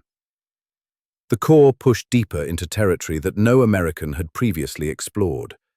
They passed the confluence of the Yellowstone and Missouri rivers. They reached the Great Falls of the Missouri, a series of waterfalls and rapids that required a grueling month-long portage, carrying their boats and supplies around the falls on crude wagons made from cottonwood trees. Lewis's iron-framed boat, which he had hoped would make this phase easier, proved unusable. The seams leaked, and there was no pitch available to seal them. They had to leave it behind and build more dugout canoes.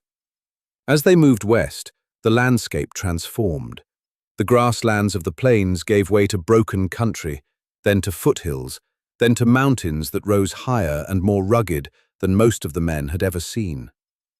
By August, they had reached the headwaters of the Missouri, in the country of the Shoshone Indians. Here, Sacagawea proved invaluable. The Shoshone were her people. She had been captured by the Hidatsa as a child and taken far from her homeland. Now, remarkably, the Shoshone band they encountered was led by her brother, Kameawait. The reunion was emotional, and it secured for the expedition the horses and guides they desperately needed to cross the Rocky Mountains. The crossing of the Bitterroot Mountains in September 1805 was the expedition's worst ordeal. The terrain was almost impossibly rugged, the passes narrow and treacherous, the weather turning cold and snowy, even though it was only early fall. Game was scarce.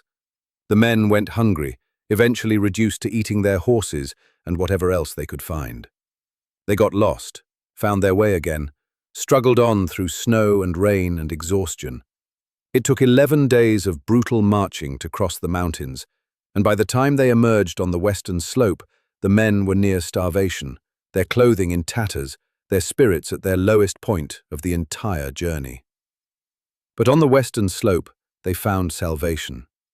The Nez Perce Indians, who might have simply let these strange, weakened travelers perish, instead fed them, helped them recover their strength, and showed them how to make dugout canoes from the large trees that grew in this wetter, more forested country.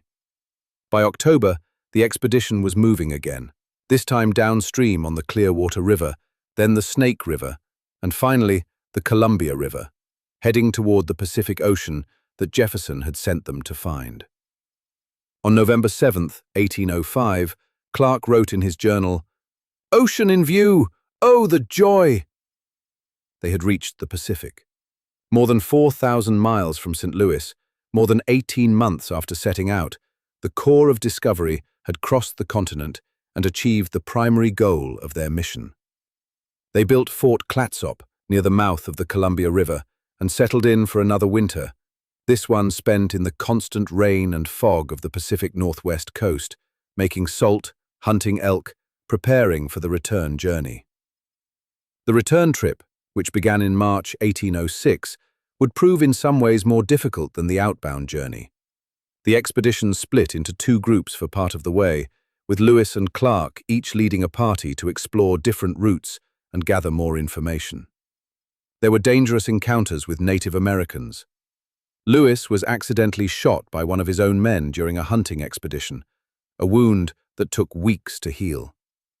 But they also moved faster on the return, knowing now where they were going, no longer needing to explore every river and mountain pass. On September 23, 1806, the expedition arrived back in St. Louis. They had been gone for more than 2 years.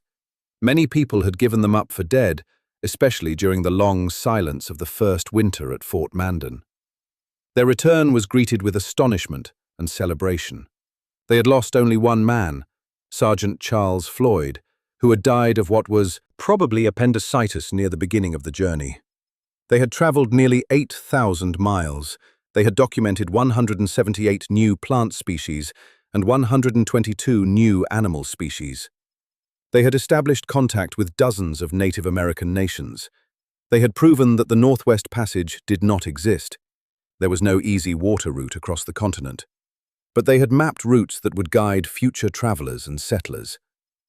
Lewis wrote to Jefferson from St. Louis, "It is with pleasure that I announce to you the safe arrival of myself and party. In obedience to your orders, we have penetrated the continent of North America to the Pacific Ocean." Jefferson received the news with delight. The expedition had exceeded his hopes in almost every way. The scientific specimens they brought back enriched his collection at Monticello and were shared with the scientific community. The maps they produced transformed American understanding of Western geography. The journals they kept provided a detailed record of Native American cultures before the massive disruptions that American expansion would bring. And the expedition itself stood as a symbol of American ambition and capability, proof that this young republic could undertake and complete great endeavors. Jefferson displayed many of the expedition's finds in the entrance hall at Monticello, creating what he called his Indian Hall. Visitors could see buffalo robes painted by Mandan artists, Native American clothing and weapons, elk antlers, minerals from the West, maps showing the route Lewis and Clark had followed. It was part museum, part trophy room, part teaching display. Jefferson's way of sharing what the expedition had learned and of asserting American knowledge and ownership of the Western territories. But the Lewis and Clark expedition also foreshadowed darker developments. The exploration of the West was the first step toward its conquest and settlement by Americans. The Native American nations that had welcomed or tolerated Lewis and Clark would soon face waves of settlers, trappers, traders, and eventually soldiers, backed by a government that considered the West to be American territory by right of purchase and exploration. Sacagawea's people, the Shoshone, and all the other tribes the expedition encountered would see their worlds transformed and often destroyed by the American expansion that Lewis and Clark's journey helped enable. Slave, Clark's of the expedition, he had hunted, stood guard, voted on expedition decisions alongside the other men, and been treated by Native Americans as an equal, or even a curiosity and source of wonder because of his color. But when the expedition ended and the men returned to their previous lives, York returned to slavery. He would eventually ask Clark for his freedom, and Clark would refuse, angry at York for what he saw as ingratitude. Years later, Clark would free York, but the initial denial was a stark reminder of the racial hierarchy that undergirded American society, a hierarchy that even extraordinary service and demonstrated capability could not fully overcome. Condemned, the Lewis and Clark expedition was Jefferson's vision made real, the application of Enlightenment rationality and scientific method to the exploration and understanding of the natural world, the extension of American power and knowledge across the continent, the demonstration that a republic could undertake enterprises as grand as any European empire. But it was also a harbinger of displacement and conquest, of the collision between American expansion and the Native American nations who had inhabited these lands for millennia, of the contradictions between American ideals of freedom and equality and the realities of racial slavery and Native American dispossession that would define the 19th century. Jefferson never traveled west of the Blue Ridge Mountains of his youth, but through Lewis and Clark, he sent his mind and his ambitions across the continent, claiming territory, gathering knowledge, asserting American dominance over lands and peoples that had existed long before the United States was born. It was exploration as empire, science as conquest, discovery as dispossession. And it was one of Thomas Jefferson's proudest achievements, the shadow in the house. At Monticello, life moved to rhythms that had been established over generations. The bell rang at dawn, calling enslaved workers to their tasks. In the fields, they tended tobacco and wheat. In the workshops, they made nails and furniture. In the textile manufactory, they spun and wove cloth. In the kitchen, they prepared elaborate French-inspired meals. And in the great house itself, they served Jefferson and his family, making possible the life of leisure and intellectual pursuit that defined the master's existence. Among these enslaved workers was Sally Hemings. She was in her early 30s by the time Jefferson became president, the mother of 3 children who were also Jefferson's children, though this fact was never publicly acknowledged during his lifetime. She lived in a room on the south terrace of Monticello, close to the main house, separated from the slave quarters where most of Monticello's enslaved population lived. Her sons, Madison and Eston, would later describe her as nearly white, emphasizing her light complexion, the result of generations of white-black relations in the Hemings family line. Pinterest between Jefferson and Hemings has been one of the most discussed and controversial aspects of his life. For nearly 200 years, Jefferson's white descendants denied that any sexual relationship had existed. They pointed to lack of documentary evidence. No letters between Jefferson and Hemings survive, no diary entries acknowledging the relationship, no public statements from Jefferson himself. They suggested alternative explanations for the Hemings children's paternity, claiming they were fathered by Jefferson's nephews or other relatives who bore a family resemblance. But the evidence, when examined honestly, tells a clear story. Madison Hemings, one of Sally's children, gave a memoir in 1873 in which he stated plainly that Jefferson was his father. Sally Hemings gave birth to 6 children, 4 of whom survived to adulthood. All of them were conceived when Jefferson was present at Monticello. and Jefferson was notably absent from Monticello during the periods when Sally was not pregnant. Sally's children were treated differently from other enslaved people at Monticello, given lighter work, taught valuable skills, and eventually freed, which was highly unusual. Jefferson freed only 7 enslaved people in his lifetime or in his will, and all 7 were members of the Hemmings family. The DNA evidence settled the matter for most historians. In 1998, genetic testing showed that a male-line descendant of Jefferson's uncle Field Jefferson and a male-line descendant of Eston Hemmings, Sally's youngest son, shared the same Y chromosome. Since Jefferson himself had no legitimate male-line descendants, this was as close as DNA could come to proving paternity. Combined with the historical and circumstantial evidence, most scholars now accept that Jefferson fathered all of Sally's children. But accepting the biological facts does not resolve the moral questions. Can we call what existed between Jefferson and Hemmings a relationship? Was there affection, something approximating love? Or was it simply rape, the exploitation of a woman who, as Jefferson's slave, had no power to refuse him?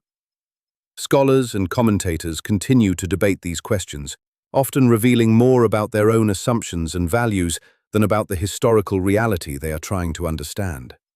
What we can say with certainty is that Sally Hemings was Jefferson's property under the law. She could not leave him, could not refuse his advances, could not protect herself or her children from sale or separation if Jefferson had chosen to exercise those options. The relationship was fundamentally unequal in ways that make it impossible to apply modern concepts of consent. Even if there was affection between them, and some historians argue that the long-term nature of their relationship and Jefferson's treatment of their children suggests there was, that affection existed within a framework of ownership and domination that corrupted any possibility of genuine equality or free choice. Hemmings had negotiated for the freedom of her children when Jefferson asked her to return from Paris, and Jefferson kept that promise.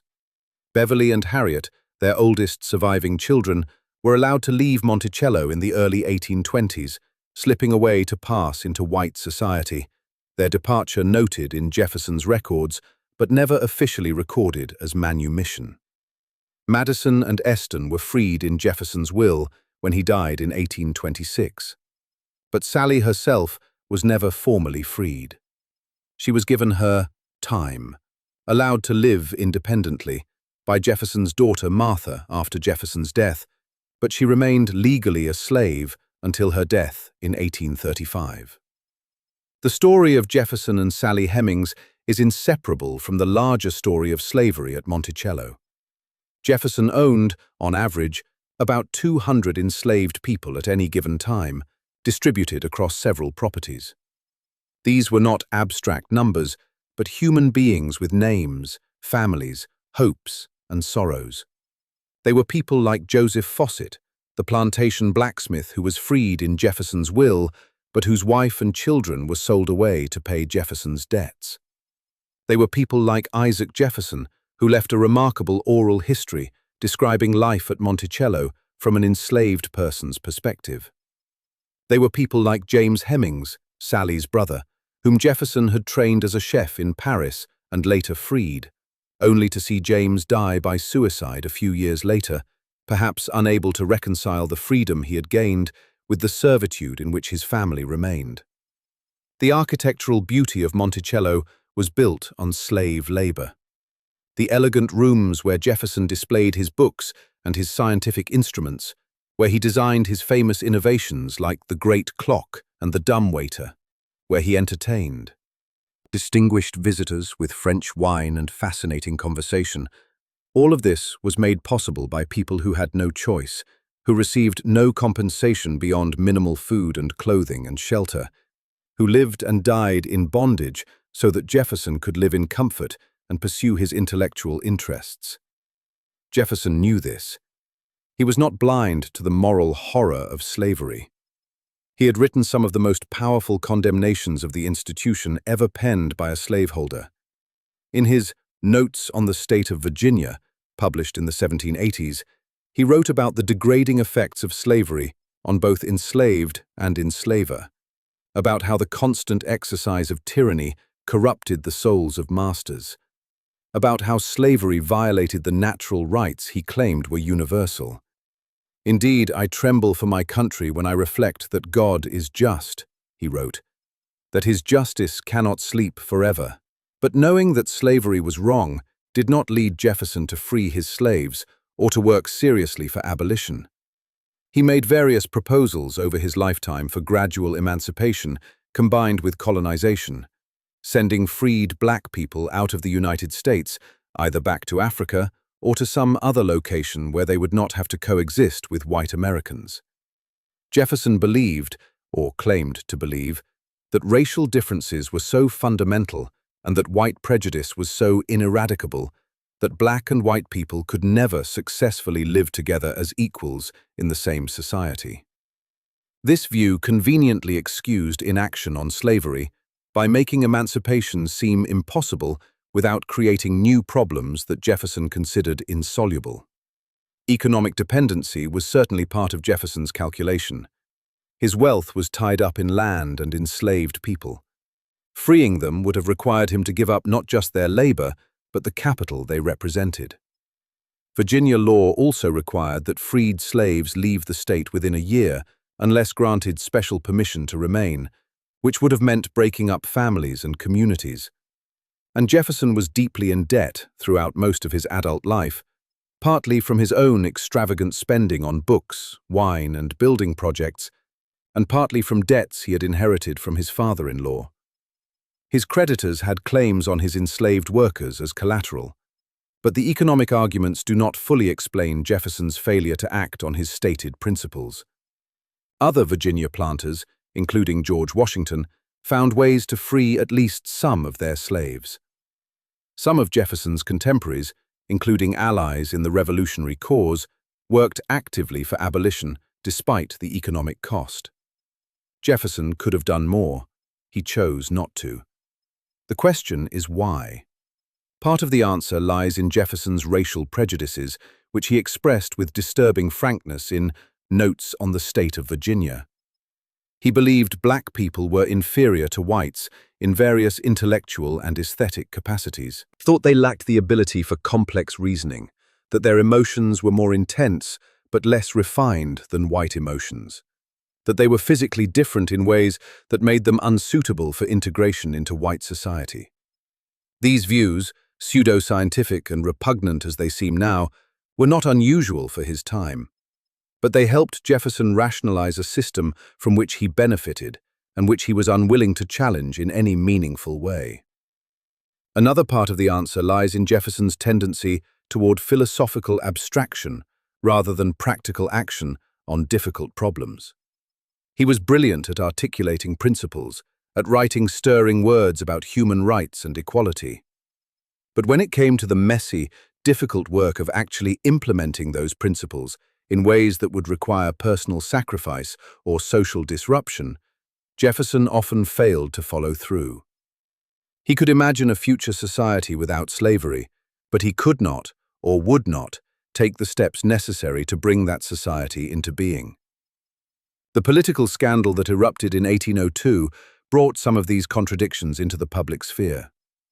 James Callender, a political journalist who had once been Jefferson's ally but had become embittered when Jefferson refused to appoint him to a government position, published articles in a Richmond newspaper claiming that Jefferson keeps as his concubine one of his own slaves. Callender named Sally Hemings and claimed Jefferson had fathered several children with her. The story was picked up by Federalist newspapers and spread across the country, used to attack Jefferson's moral character and political credibility. Jefferson's response was silence. He made no public statement acknowledging or denying the relationship.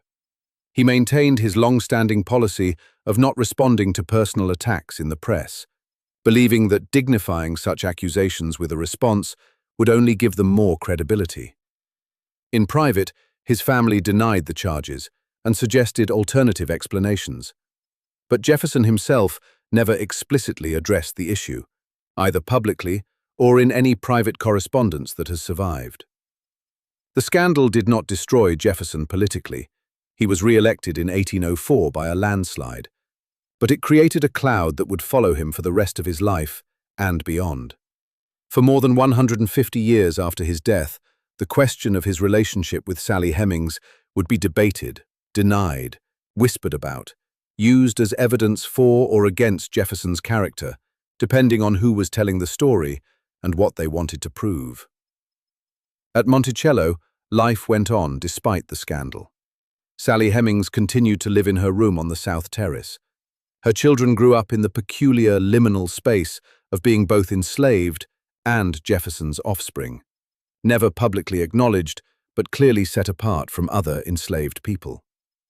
Jefferson continued to read and write, to receive visitors, to design and build, and innovate, to maintain the persona of the enlightened philosopher-statesman, while depending utterly on the labor of people he owned.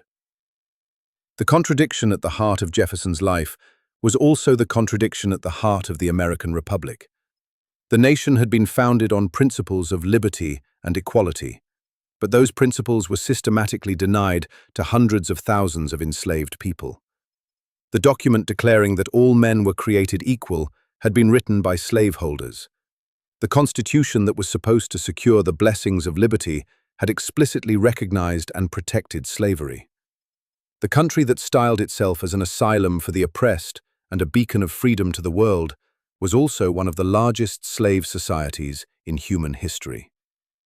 Jefferson's personal contradictions mirrored these national contradictions. His inability or unwillingness to resolve them in his own life reflected a larger national failure to confront the fundamental injustice at the foundation of American prosperity.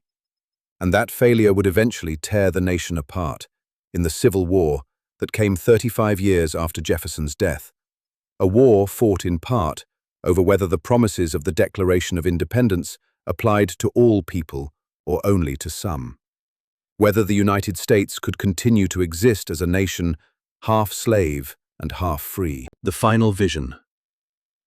The marble bust of Jefferson stood on a pedestal in the entrance hall at Monticello, a reminder of his younger self, commissioned when he was in Paris, forever frozen in classical perfection.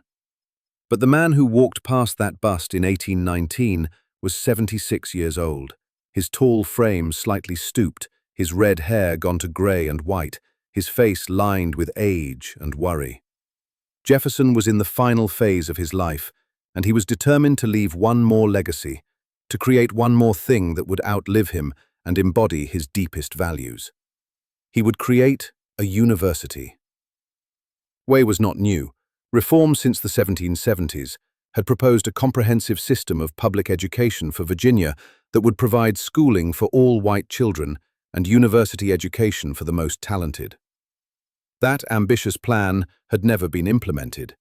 Virginia's aristocrats had no interest in paying taxes to educate poor children, and the state government had other priorities. But Jefferson had never abandoned the dream. Now, in his retirement, with his political career behind him and his mortality pressing upon him, he focused his remaining energy on making at least part of that dream real. The University of Virginia would be unlike any institution in America. Most colleges were affiliated with religious denominations, were designed primarily to train ministers and instill religious doctrine.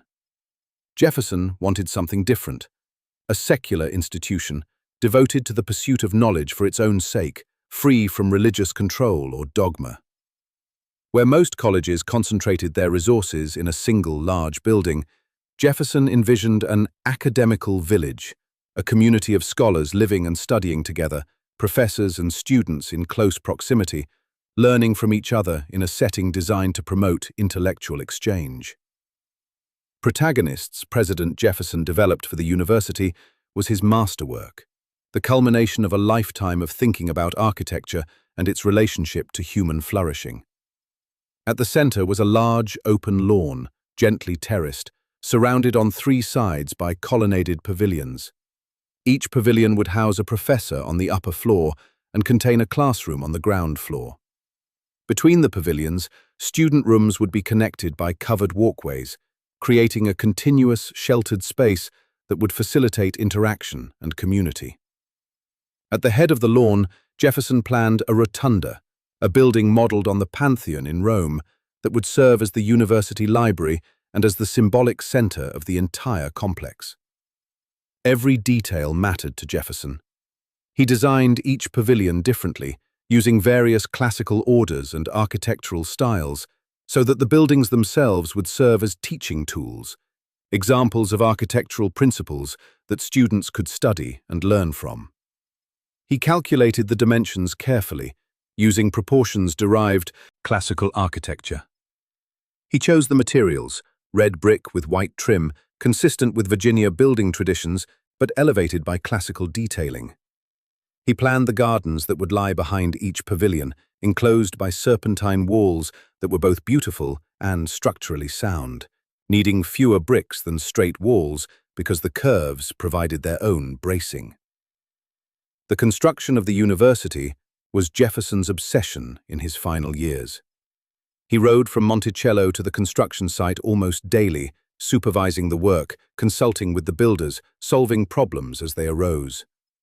Much of the actual construction was done by enslaved workers, some owned by Jefferson, some owned by the builders he hired, some hired out by their owners. These men mixed the mortar, laid the bricks, carved the stone capitals, did the heavy labor that made Jefferson's vision tangible.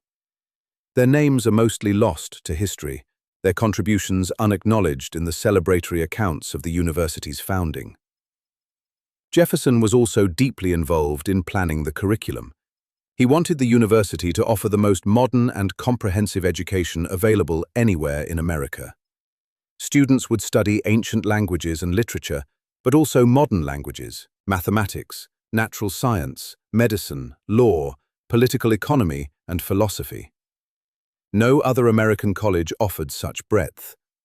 Jefferson believed that education should be practical as well as classical, that students should learn things that would be useful in building and sustaining a republic, not just preparing for careers in the ministry.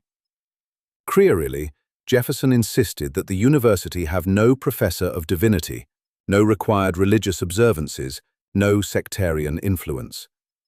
This was radical in early 19th century America, where higher education was almost entirely controlled by religious denominations. Jefferson's decision reflected his own religious views. He was a deist who believed in a creator but rejected revelation, miracles, and most Christian doctrine. He had famously created his own version of the Bible, cutting out all the supernatural elements and leaving only Jesus' ethical teachings. He wanted the university to be a place where reason, not faith, was the foundation of learning. The University of Virginia was chartered by the Virginia legislature on January 25, 1819. Jefferson was appointed rector, the head of the university's governing board. At 75, he threw himself into the work of making the university real, raising funds, recruiting faculty, purchasing books for the library, overseeing construction. It was exhausting work for a man his age, especially given his mounting financial problems, but it energized him in ways that nothing else could. This was his final project, his last great contribution to the nation he had helped create. Foreigners was a constant problem. The state appropriated some funds, but never as much as Jefferson requested, and never as quickly as construction demanded. Jefferson put some of his own money into the project, money he could not afford to spend given his growing debts. He lobbied legislators, wrote appeals, organized fundraising campaigns. The construction proceeded in fits and starts, always constrained by lack of funds, but gradually the academical village took shape, the pavilions rising along the lawn, the rotunda nearing completion. In 1824, Jefferson received a visitor who made him feel that his life's work had not been in vain. The Marquis de Lafayette, his old friend from the Revolutionary War, was making a grand tour of America, celebrating the 50th anniversary of the Revolution. When Lafayette visited Monticello and the university construction site, it was a reunion of two old revolutionaries, two men who had fought for liberty in their youth and were now seeing what their efforts had produced. Jefferson, at 81, was frail and increasingly unwell. Lafayette, at 66, was still vigorous. But they shared the bond of having lived through extraordinary times, of having been present at the creation of something new in the world. The university opened for classes on March 7, 1825. 40 students enrolled that first session, though Jefferson had hoped for more. The faculty Jefferson had assembled was distinguished. He had recruited professors from Europe as well as America, offering competitive salaries and the promise of intellectual freedom. But the early years were difficult. The students, many of them from wealthy families, were sometimes unruly, resisting authority and discipline. There were incidents of violence, including a riot in which students attacked professors. Jefferson, in one of his last public appearances, met with the students to plead for order, overcome by emotion at the thought that his great project might fail. But the university survived its early troubles and began to thrive. By the time of Jefferson's death a year later, it was clear that the University of Virginia would endure, would become the institution Jefferson had envisioned, a place of learning, inquiry, and intellectual freedom, a monument to Enlightenment values in stone and brick, a legacy that would outlive its founder by centuries. Yet even this final achievement was marked by the contradictions that had defined Jefferson's life. The University of Virginia was built by enslaved labor. It was designed for white men only. Women and people of color were excluded, would not be admitted for more than a century. It was an institution dedicated to the spread of knowledge and liberty, constructed by people who had neither. It embodied Jefferson's highest ideals and his deepest failures, his visionary brilliance and his moral blindness. In designing the university, Jefferson had placed the library, the rotunda, at the position of highest prominence, at the head of the lawn. This was symbolic and deliberate. In most college campuses of the time, the chapel was the central building, the focus around which everything else was organized. By putting the library at the center instead, Jefferson was making a statement about what he believed should be at the heart of education. Not religious doctrine, but human knowledge. Not faith, but reason. Not tradition, but inquiry.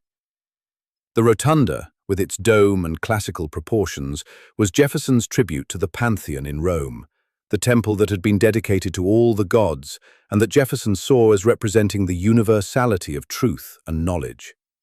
Inside, he envisioned shelves of books spiraling upward through 3 floors, with the top floor serving as a lecture hall and observation space. It was a temple to learning, as beautiful as any church, declaring that the life of the mind was itself a kind of worship, that the pursuit of knowledge was a sacred calling. As construction neared completion in 1825, Jefferson spent hours at the site, watching his dream take physical form. He was visibly fading, his health declining, his financial worries mounting, his awareness that he was running out of time growing more acute. But he could see that the university would survive him, that this part of his vision would continue after he was gone.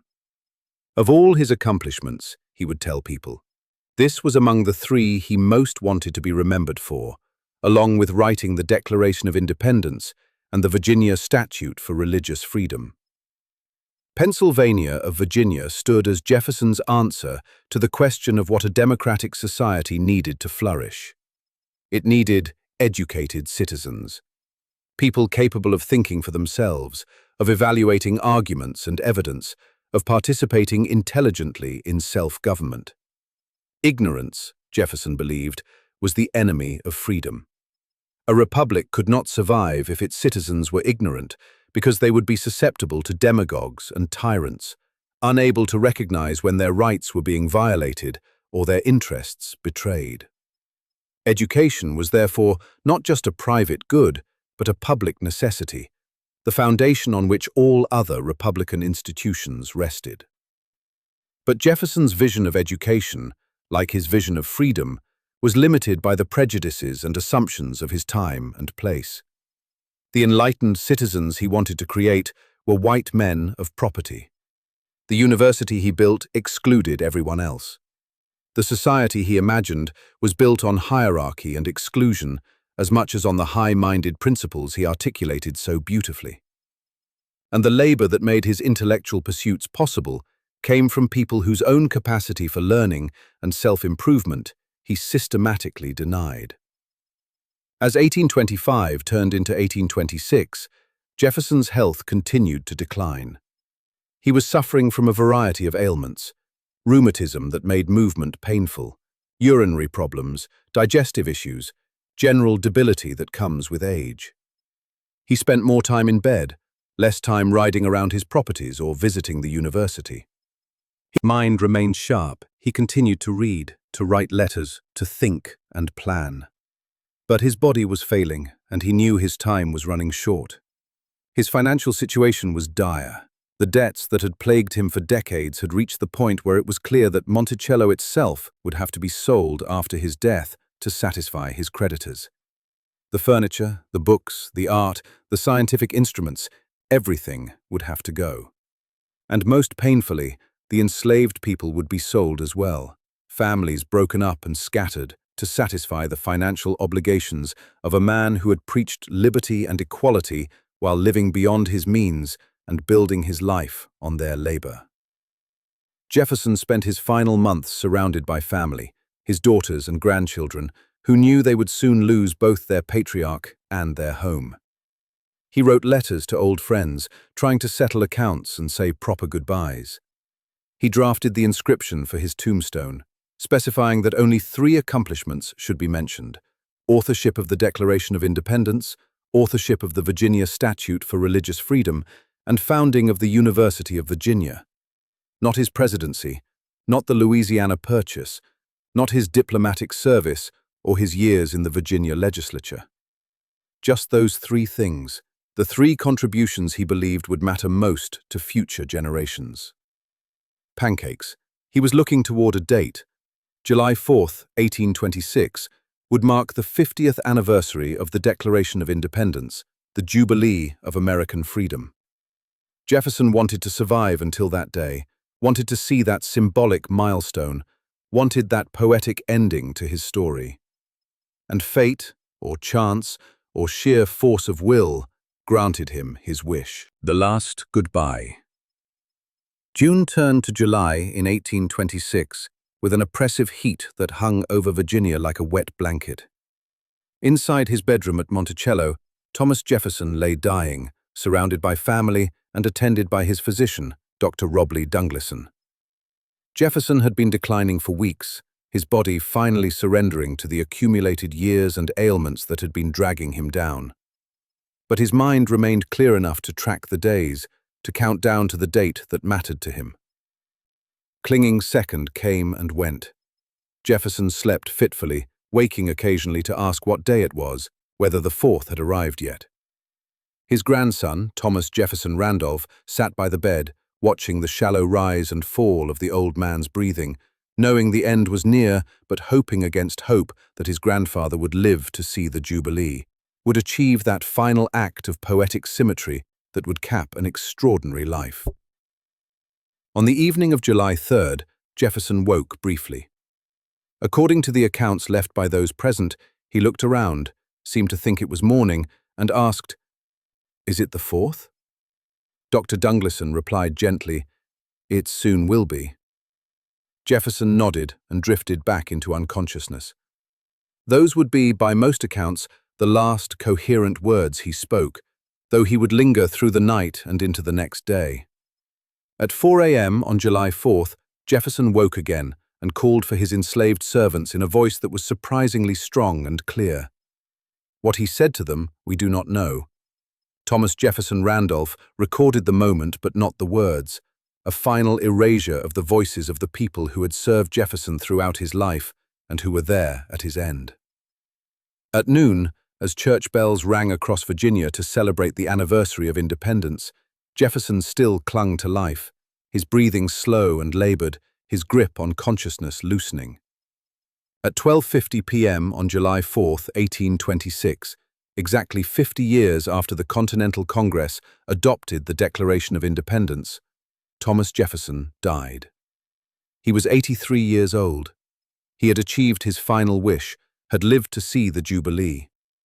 His death came at his beloved Monticello, in the house he had built and rebuilt over half a century, surrounded by the family he cherished and the enslaved people whose labor had made his entire life possible.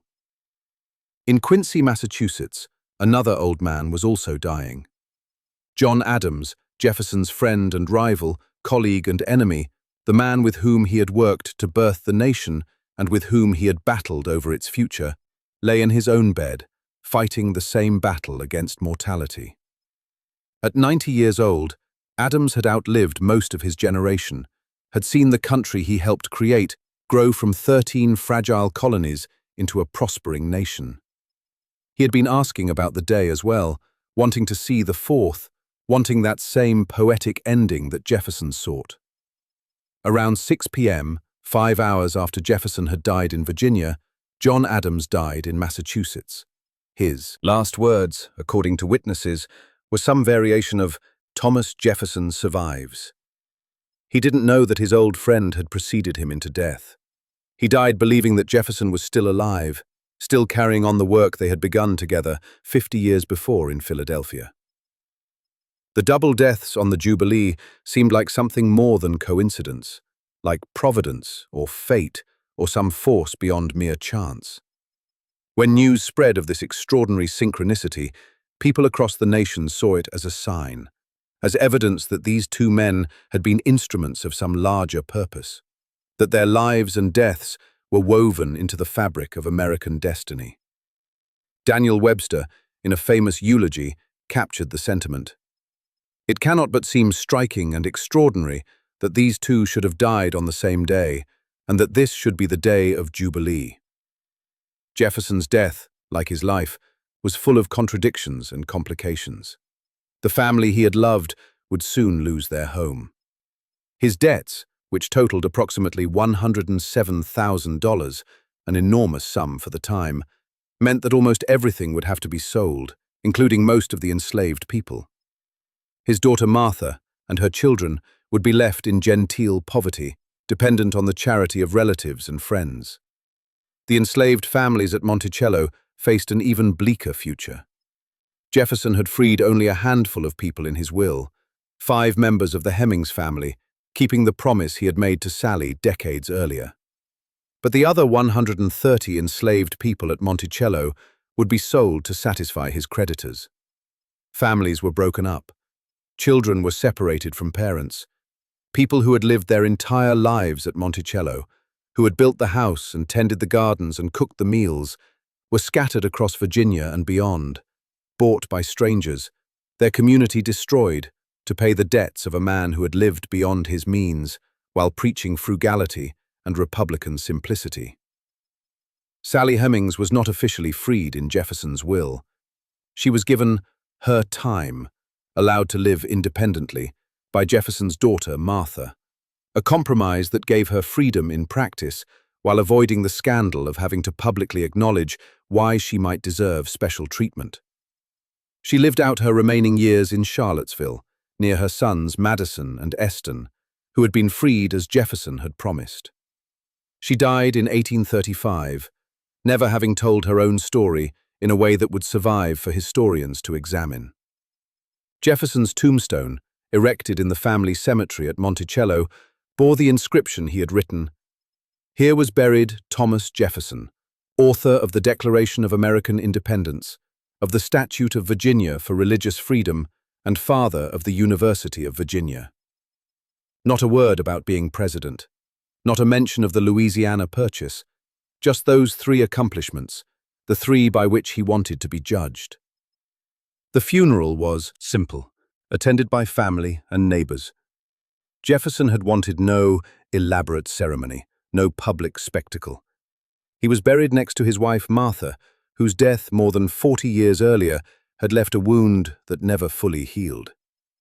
The grave overlooked the little mountain that had been his refuge and his pride, the house that embodied his dreams and his contradictions. Across the nation, as news of the double deaths spread, there was an outpouring of eulogies and commemorations. Cities held memorial services, newspapers published special editions. Orators delivered speeches praising the founders and their achievements. The Jubilee that was supposed to be a celebration became also a time of mourning, of looking back at the revolutionary generation and realizing that they were passing away, that the men who had made America independent were gone, that the nation would have to find its way forward without them. Flush. But even in death, Jefferson remained controversial. Those who had opposed him politically did not suddenly forget their disagreements. Federalists who had fought against his policies for decades were not about to pretend that he had been beyond criticism. And increasingly, as the nation moved toward the crisis that would culminate in the Civil War, Jefferson's relationship to slavery became a focal point of debate and contention. Abolitionists pointed to Jefferson's words in the Declaration and asked why he had not lived up to them. They quoted his own statements about the evil of slavery and asked why he had not freed his slaves. They used Jefferson as evidence that even the smartest and most enlightened Americans could be trapped by an economic and social system that corrupted their values and betrayed their principles. Defenders of slavery also claimed Jefferson as their own, pointing to his racial theories, to his belief that black people could not successfully coexist with whites, to his failure to take meaningful action against slavery, despite his philosophical objections. They used Jefferson to argue that slavery, while perhaps regrettable, was a necessary evil that even the most brilliant minds had been unable to solve, that emancipation without colonization was impossible and dangerous. The Jefferson who emerged in American memory was multiple and contradictory, just as the man himself had been. He was the author of freedom and the owner of slaves. He was the champion of equality and the proponent of white supremacy. He was the advocate of limited government, who had exercised power broadly when it suited his purposes. He was the philosopher who preached simplicity while living in luxury. He was the man who gave America its creed: all men are created equal, while building his life on the denial of that creed. Leggings Anticello itself became a symbol of these contradictions. For many years after Jefferson's death, the house fell into disrepair. It passed through several owners, was used for various purposes, seemed destined to crumble away like so many other plantation houses whose great days were past. But in the 20th century, Monticello was restored and preserved, opened to the public as a museum and historic site. Today, hundreds of thousands of people visit each year, walking through the rooms where Jefferson lived and worked, viewing the innovations he designed, learning about his life and times. In recent decades, Monticello has made a deliberate effort to tell the fuller story, to include the experiences of the enslaved people who made Jefferson's life possible. Exhibits now explore slavery at Monticello in detail. Tours discuss Sally Hemings and her relationship with Jefferson openly, no longer treating it as an unmentionable scandal, but as a central fact of Jefferson's life that must be understood to understand the man. The lives of people like Isaac Jefferson, John Hemings, Joseph Fawcett, and others are now part of the narrative that visitors encounter. This fuller reckoning with Jefferson's legacy is part of a larger national conversation about how to understand the founders and the nation they created. For much of American history, the founders were treated as demigods, their faults minimized or erased, their achievements celebrated without much attention to the human cost of those achievements. But as America has become more democratic, as more voices have demanded to be heard, that simple, heroic narrative has given way to something more complex and more honest. Thomas Jefferson was brilliant, one of the most intellectually gifted people ever to hold political power in America. He was a visionary who could see possibilities that others missed, who could articulate principles that would inspire generations. He was a writer of extraordinary power, capable of creating phrases that would define American identity. He was an architect of taste and sophistication, a scientist of genuine capability, a diplomat of considerable skill, a president who substantially shaped the nation's development. but he was also a man who owned human beings, who benefited from their labor while denying them freedom, who fathered children he would never publicly acknowledge, who preached equality while practicing hierarchy, who saw the evil of slavery but lacked the courage or conviction to act meaningfully against it. He was a man who wrote beautiful words about human rights while participating in one of history's great systems of oppression. Both of these things are true. Neither cancels out the other. Jefferson's brilliance does not excuse his moral failures. His moral failures do not negate his genuine contributions to human freedom and self-government. He was not a simple hero or a simple villain, but a deeply flawed human being who did both great good and great harm, who left a legacy that is mixed and complicated, that challenges us to grapple with the gap between ideals and reality, between what we say and what we do, between the nation we imagine and the nation actually are. The great contradiction of Jefferson's life was also the great contradiction of America itself. The nation founded on principles of liberty and equality was built in part on slavery and genocide. The democracy that proclaimed all men to be created equal systematically excluded women and people of color from political participation. The republic that styled itself as a beacon of freedom to the world was also one of the largest slave societies in human history. These contradictions did not disappear with Jefferson's death. They continued to shape American society, continued to generate conflict and crisis, continued to challenge each generation to close the gap between America's professed values and its actual practices. Enlightened Smith's story is America's story, brilliant and visionary and deeply, tragically flawed. His words gave voice to principles that would inspire freedom movements around the world, that would be used by enslaved people claiming their liberty, by women demanding the vote, by civil rights activists marching for equality. But he himself could not or would not live up to those principles, could not bridge the gap between the abstract universal truths he proclaimed and the concrete particular realities he lived with every day. He died on his mountaintop, in the house built by enslaved hands, surrounded by books and scientific instruments and all the trappings of enlightenment and civilization. A man who had helped create a nation and who embodied all of that nation's contradictions. The mountain still stands. The house has been preserved. The words he wrote continue to echo through American life, and the questions he left unanswered, the gap between his ideals and his actions, between his vision and his reality, remain for us to struggle with, to learn from, to use as mirrors in which to examine our own failures to live up to the principles we profess. Legacy. The unfinished work.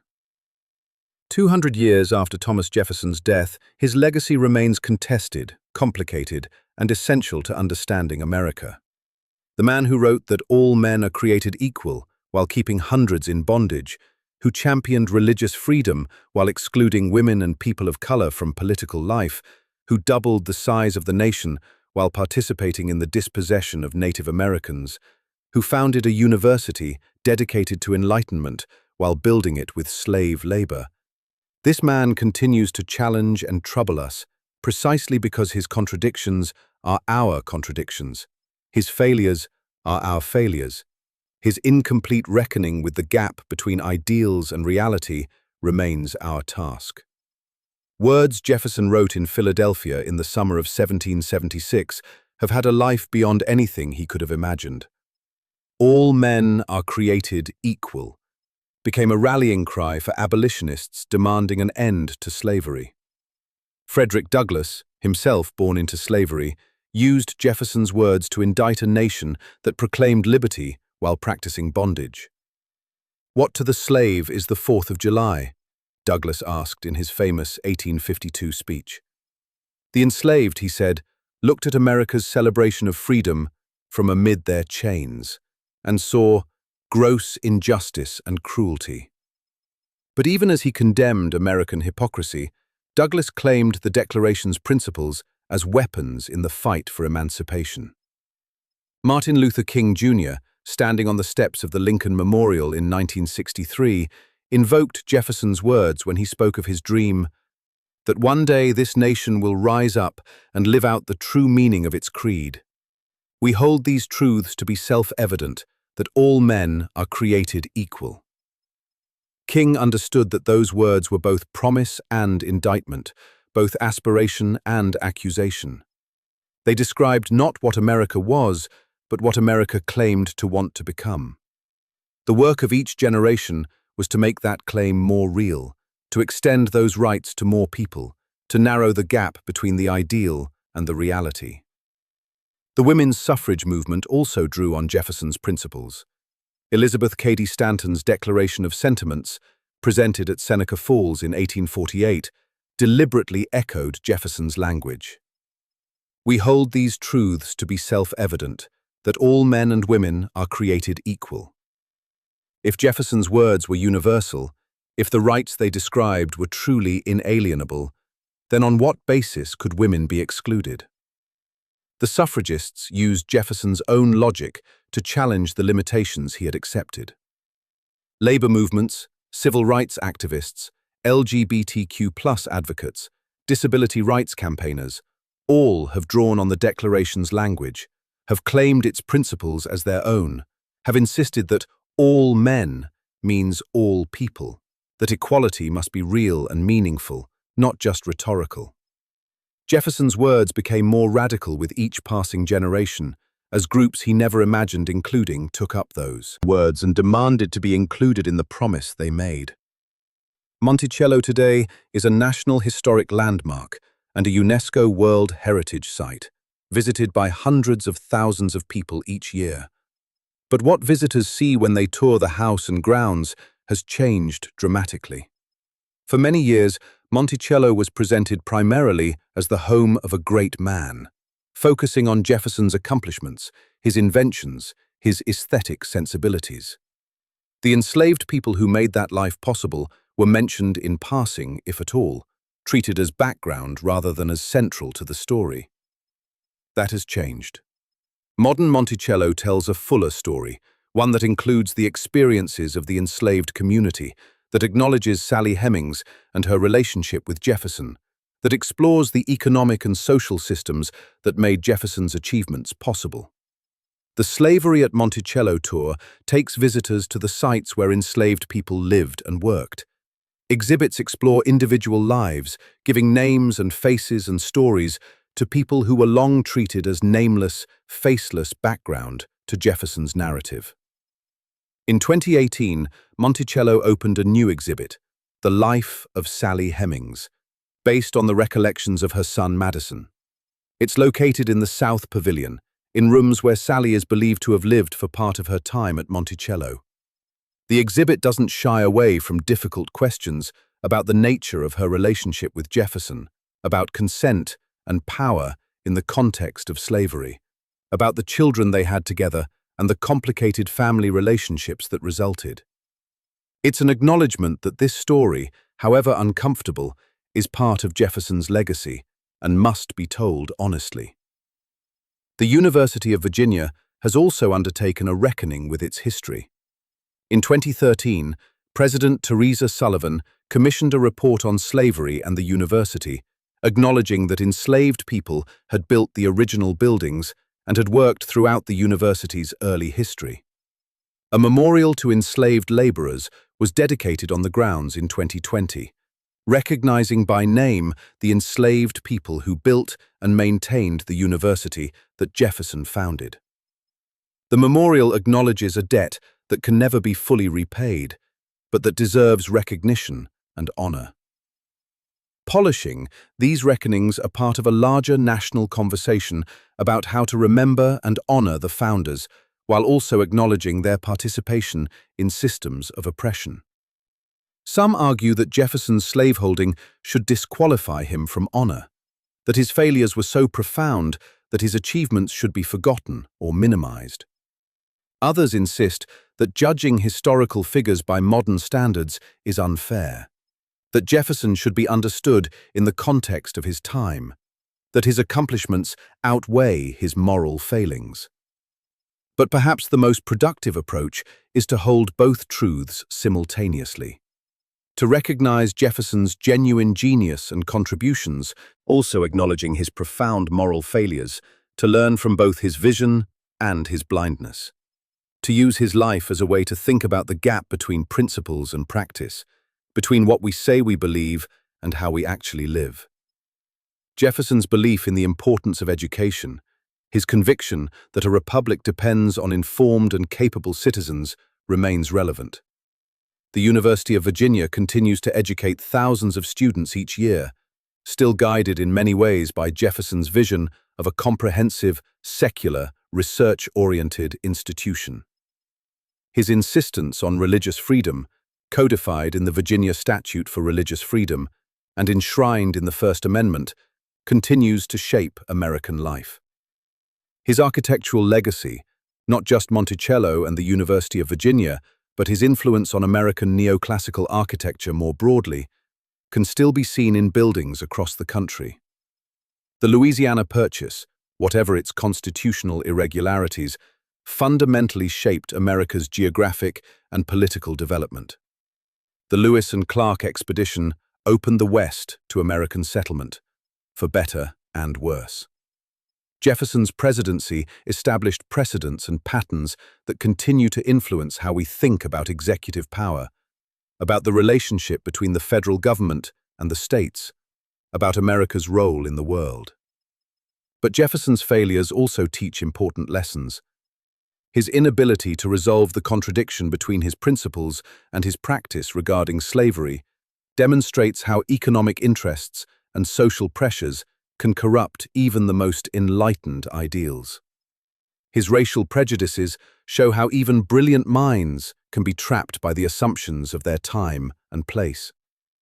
His tendency toward abstraction and philosophical argument rather than practical action reminds us that beautiful words are not enough, that principles must be implemented through concrete policies and personal choices if they are to mean anything. The enslaved people Jefferson owned left their own legacies. The Hemings family, freed members of which passed into white society while others remained in the black community, demonstrates the fluidity and complexity of racial identity in America, the ways that the color line has been both rigidly enforced and constantly transgressed. The oral histories collected from descendants of Monticello's enslaved community, part of the Getting Word project that began in the 1990s, provide invaluable insights into the experiences of enslaved people and their descendants, preserving stories that official documents often erased. Madison Hemings, Sally's son, lived until 1877, long enough to see slavery abolished and to see the failure of Reconstruction. His memoir, published in 1873, is a remarkable document. Clear-eyed, dignified, neither demonizing Jefferson nor excusing his slaveholding, simply telling the story of his life and family. Eston Hemings, his brother, moved to Wisconsin and passed into white society, changing his name to Eston Jefferson and raising his children as white. These different choices, Madison remaining in the black community, Eston passing into white society, reflect the complicated legacy of interracial relationships under slavery, the difficult choices people had to make about identity and belonging. Jefferson's reputation has fluctuated over the 2 centuries since his death. He has been claimed by different political movements for their own purposes, quoted by people advocating contradictory policies, used as a symbol to support arguments he would have rejected and opposed. Liberals cite his commitment to democracy and individual rights. Conservatives cite his advocacy for limited government and states' rights. Libertarians cite his suspicion of government power. Progressives cite his belief in education and human improvability. White supremacists have cited his racial theories. Civil rights activists have cited his words about equality. This protean quality of Jefferson's legacy, the way he can be multiple things to multiple people, reflects both the richness of his thought and writing and the contradictions inherent in his life and work. He was not a simple figure, not easily categorized or claimed. His life contained multitudes, and different aspects of that life resonate with different people for different reasons. What we make of Jefferson today depends in part on what questions we ask about him. If we ask about his intellectual contributions, his impact on political philosophy, his architectural achievements, the answer is clearly positive. He was one of the most gifted people of his era, and his influence continues to be felt. If we ask about his moral character, about how he treated the people he owned, about his failure to live up to his own stated principles, the answer is much more troubling. If we ask about his political legacy, the answer is mixed. Some of his most important contributions, the Declaration, religious freedom, public education, have been profoundly positive, while others, his racial theories, his failure on slavery, have been profoundly negative. Perhaps the most important lesson from Jefferson's life is about the human capacity for both brilliance and blindness, for both vision and myopia. Jefferson could see farther than most people of his time in some directions, toward religious tolerance, toward democratic governance, toward public education, toward scientific inquiry. But he was blind in other directions, unable or unwilling to see the full humanity of the people he enslaved, unable to imagine a society that truly lived up to the principles he articulated so beautifully. And this is a lesson not just about Jefferson, but about all of us, about human nature and human society. We all have our blind spots, areas where our economic interests or social prejudices or simple failure of imagination prevent us from seeing clearly. We all live with gaps between our principles and our practices, between what we say we believe and how we actually live. Jefferson's life, in all its brilliance and failure, challenges us to examine those gaps in our own lives, to question our own assumptions, to work toward closing the distance between our ideals and our realities. The work Jefferson began, the work of creating a society based on liberty, equality, and the consent of the governed, remains unfinished. Each generation inherits that work and must carry it forward in its own way, extending rights to more people, making freedom more real, closing the gap between America's promise and America's practice. Jefferson's words gave us a measuring stick by which to judge our society. His life showed us how far we can fall short of our own standards. Both the words and the life remain relevant. Both challenge us. Both have lessons to teach. Thomas Jefferson died on July 4, 1826, but his legacy continues to shape America. His words are carved into monuments and quoted in speeches. His architectural vision can be seen in buildings from Washington, D.C. to college campuses across the country. His political philosophy continues to influence debates about the proper role of government. His failures continue to remind us of the distance between ideals and reality, between what we aspire to be and what we actually are. Safeguard the man who wrote that all men are created equal while owning human beings, who proclaimed liberty while practicing tyranny, who envisioned a nation of equals while building a society of hierarchy. This man's story is America's story. The contradictions he embodied are the contradictions the nation continues to wrestle with. The questions he left unanswered are the questions each generation must confront anew. And the work he began, the work of creating a more perfect union, of extending the blessings of liberty to all people, of making real the promise that all people are created equal. That work continues, unfinished, challenging us to do better, to be better, to move closer to the ideals Jefferson articulated so beautifully, even as he failed so profoundly to live up to them himself.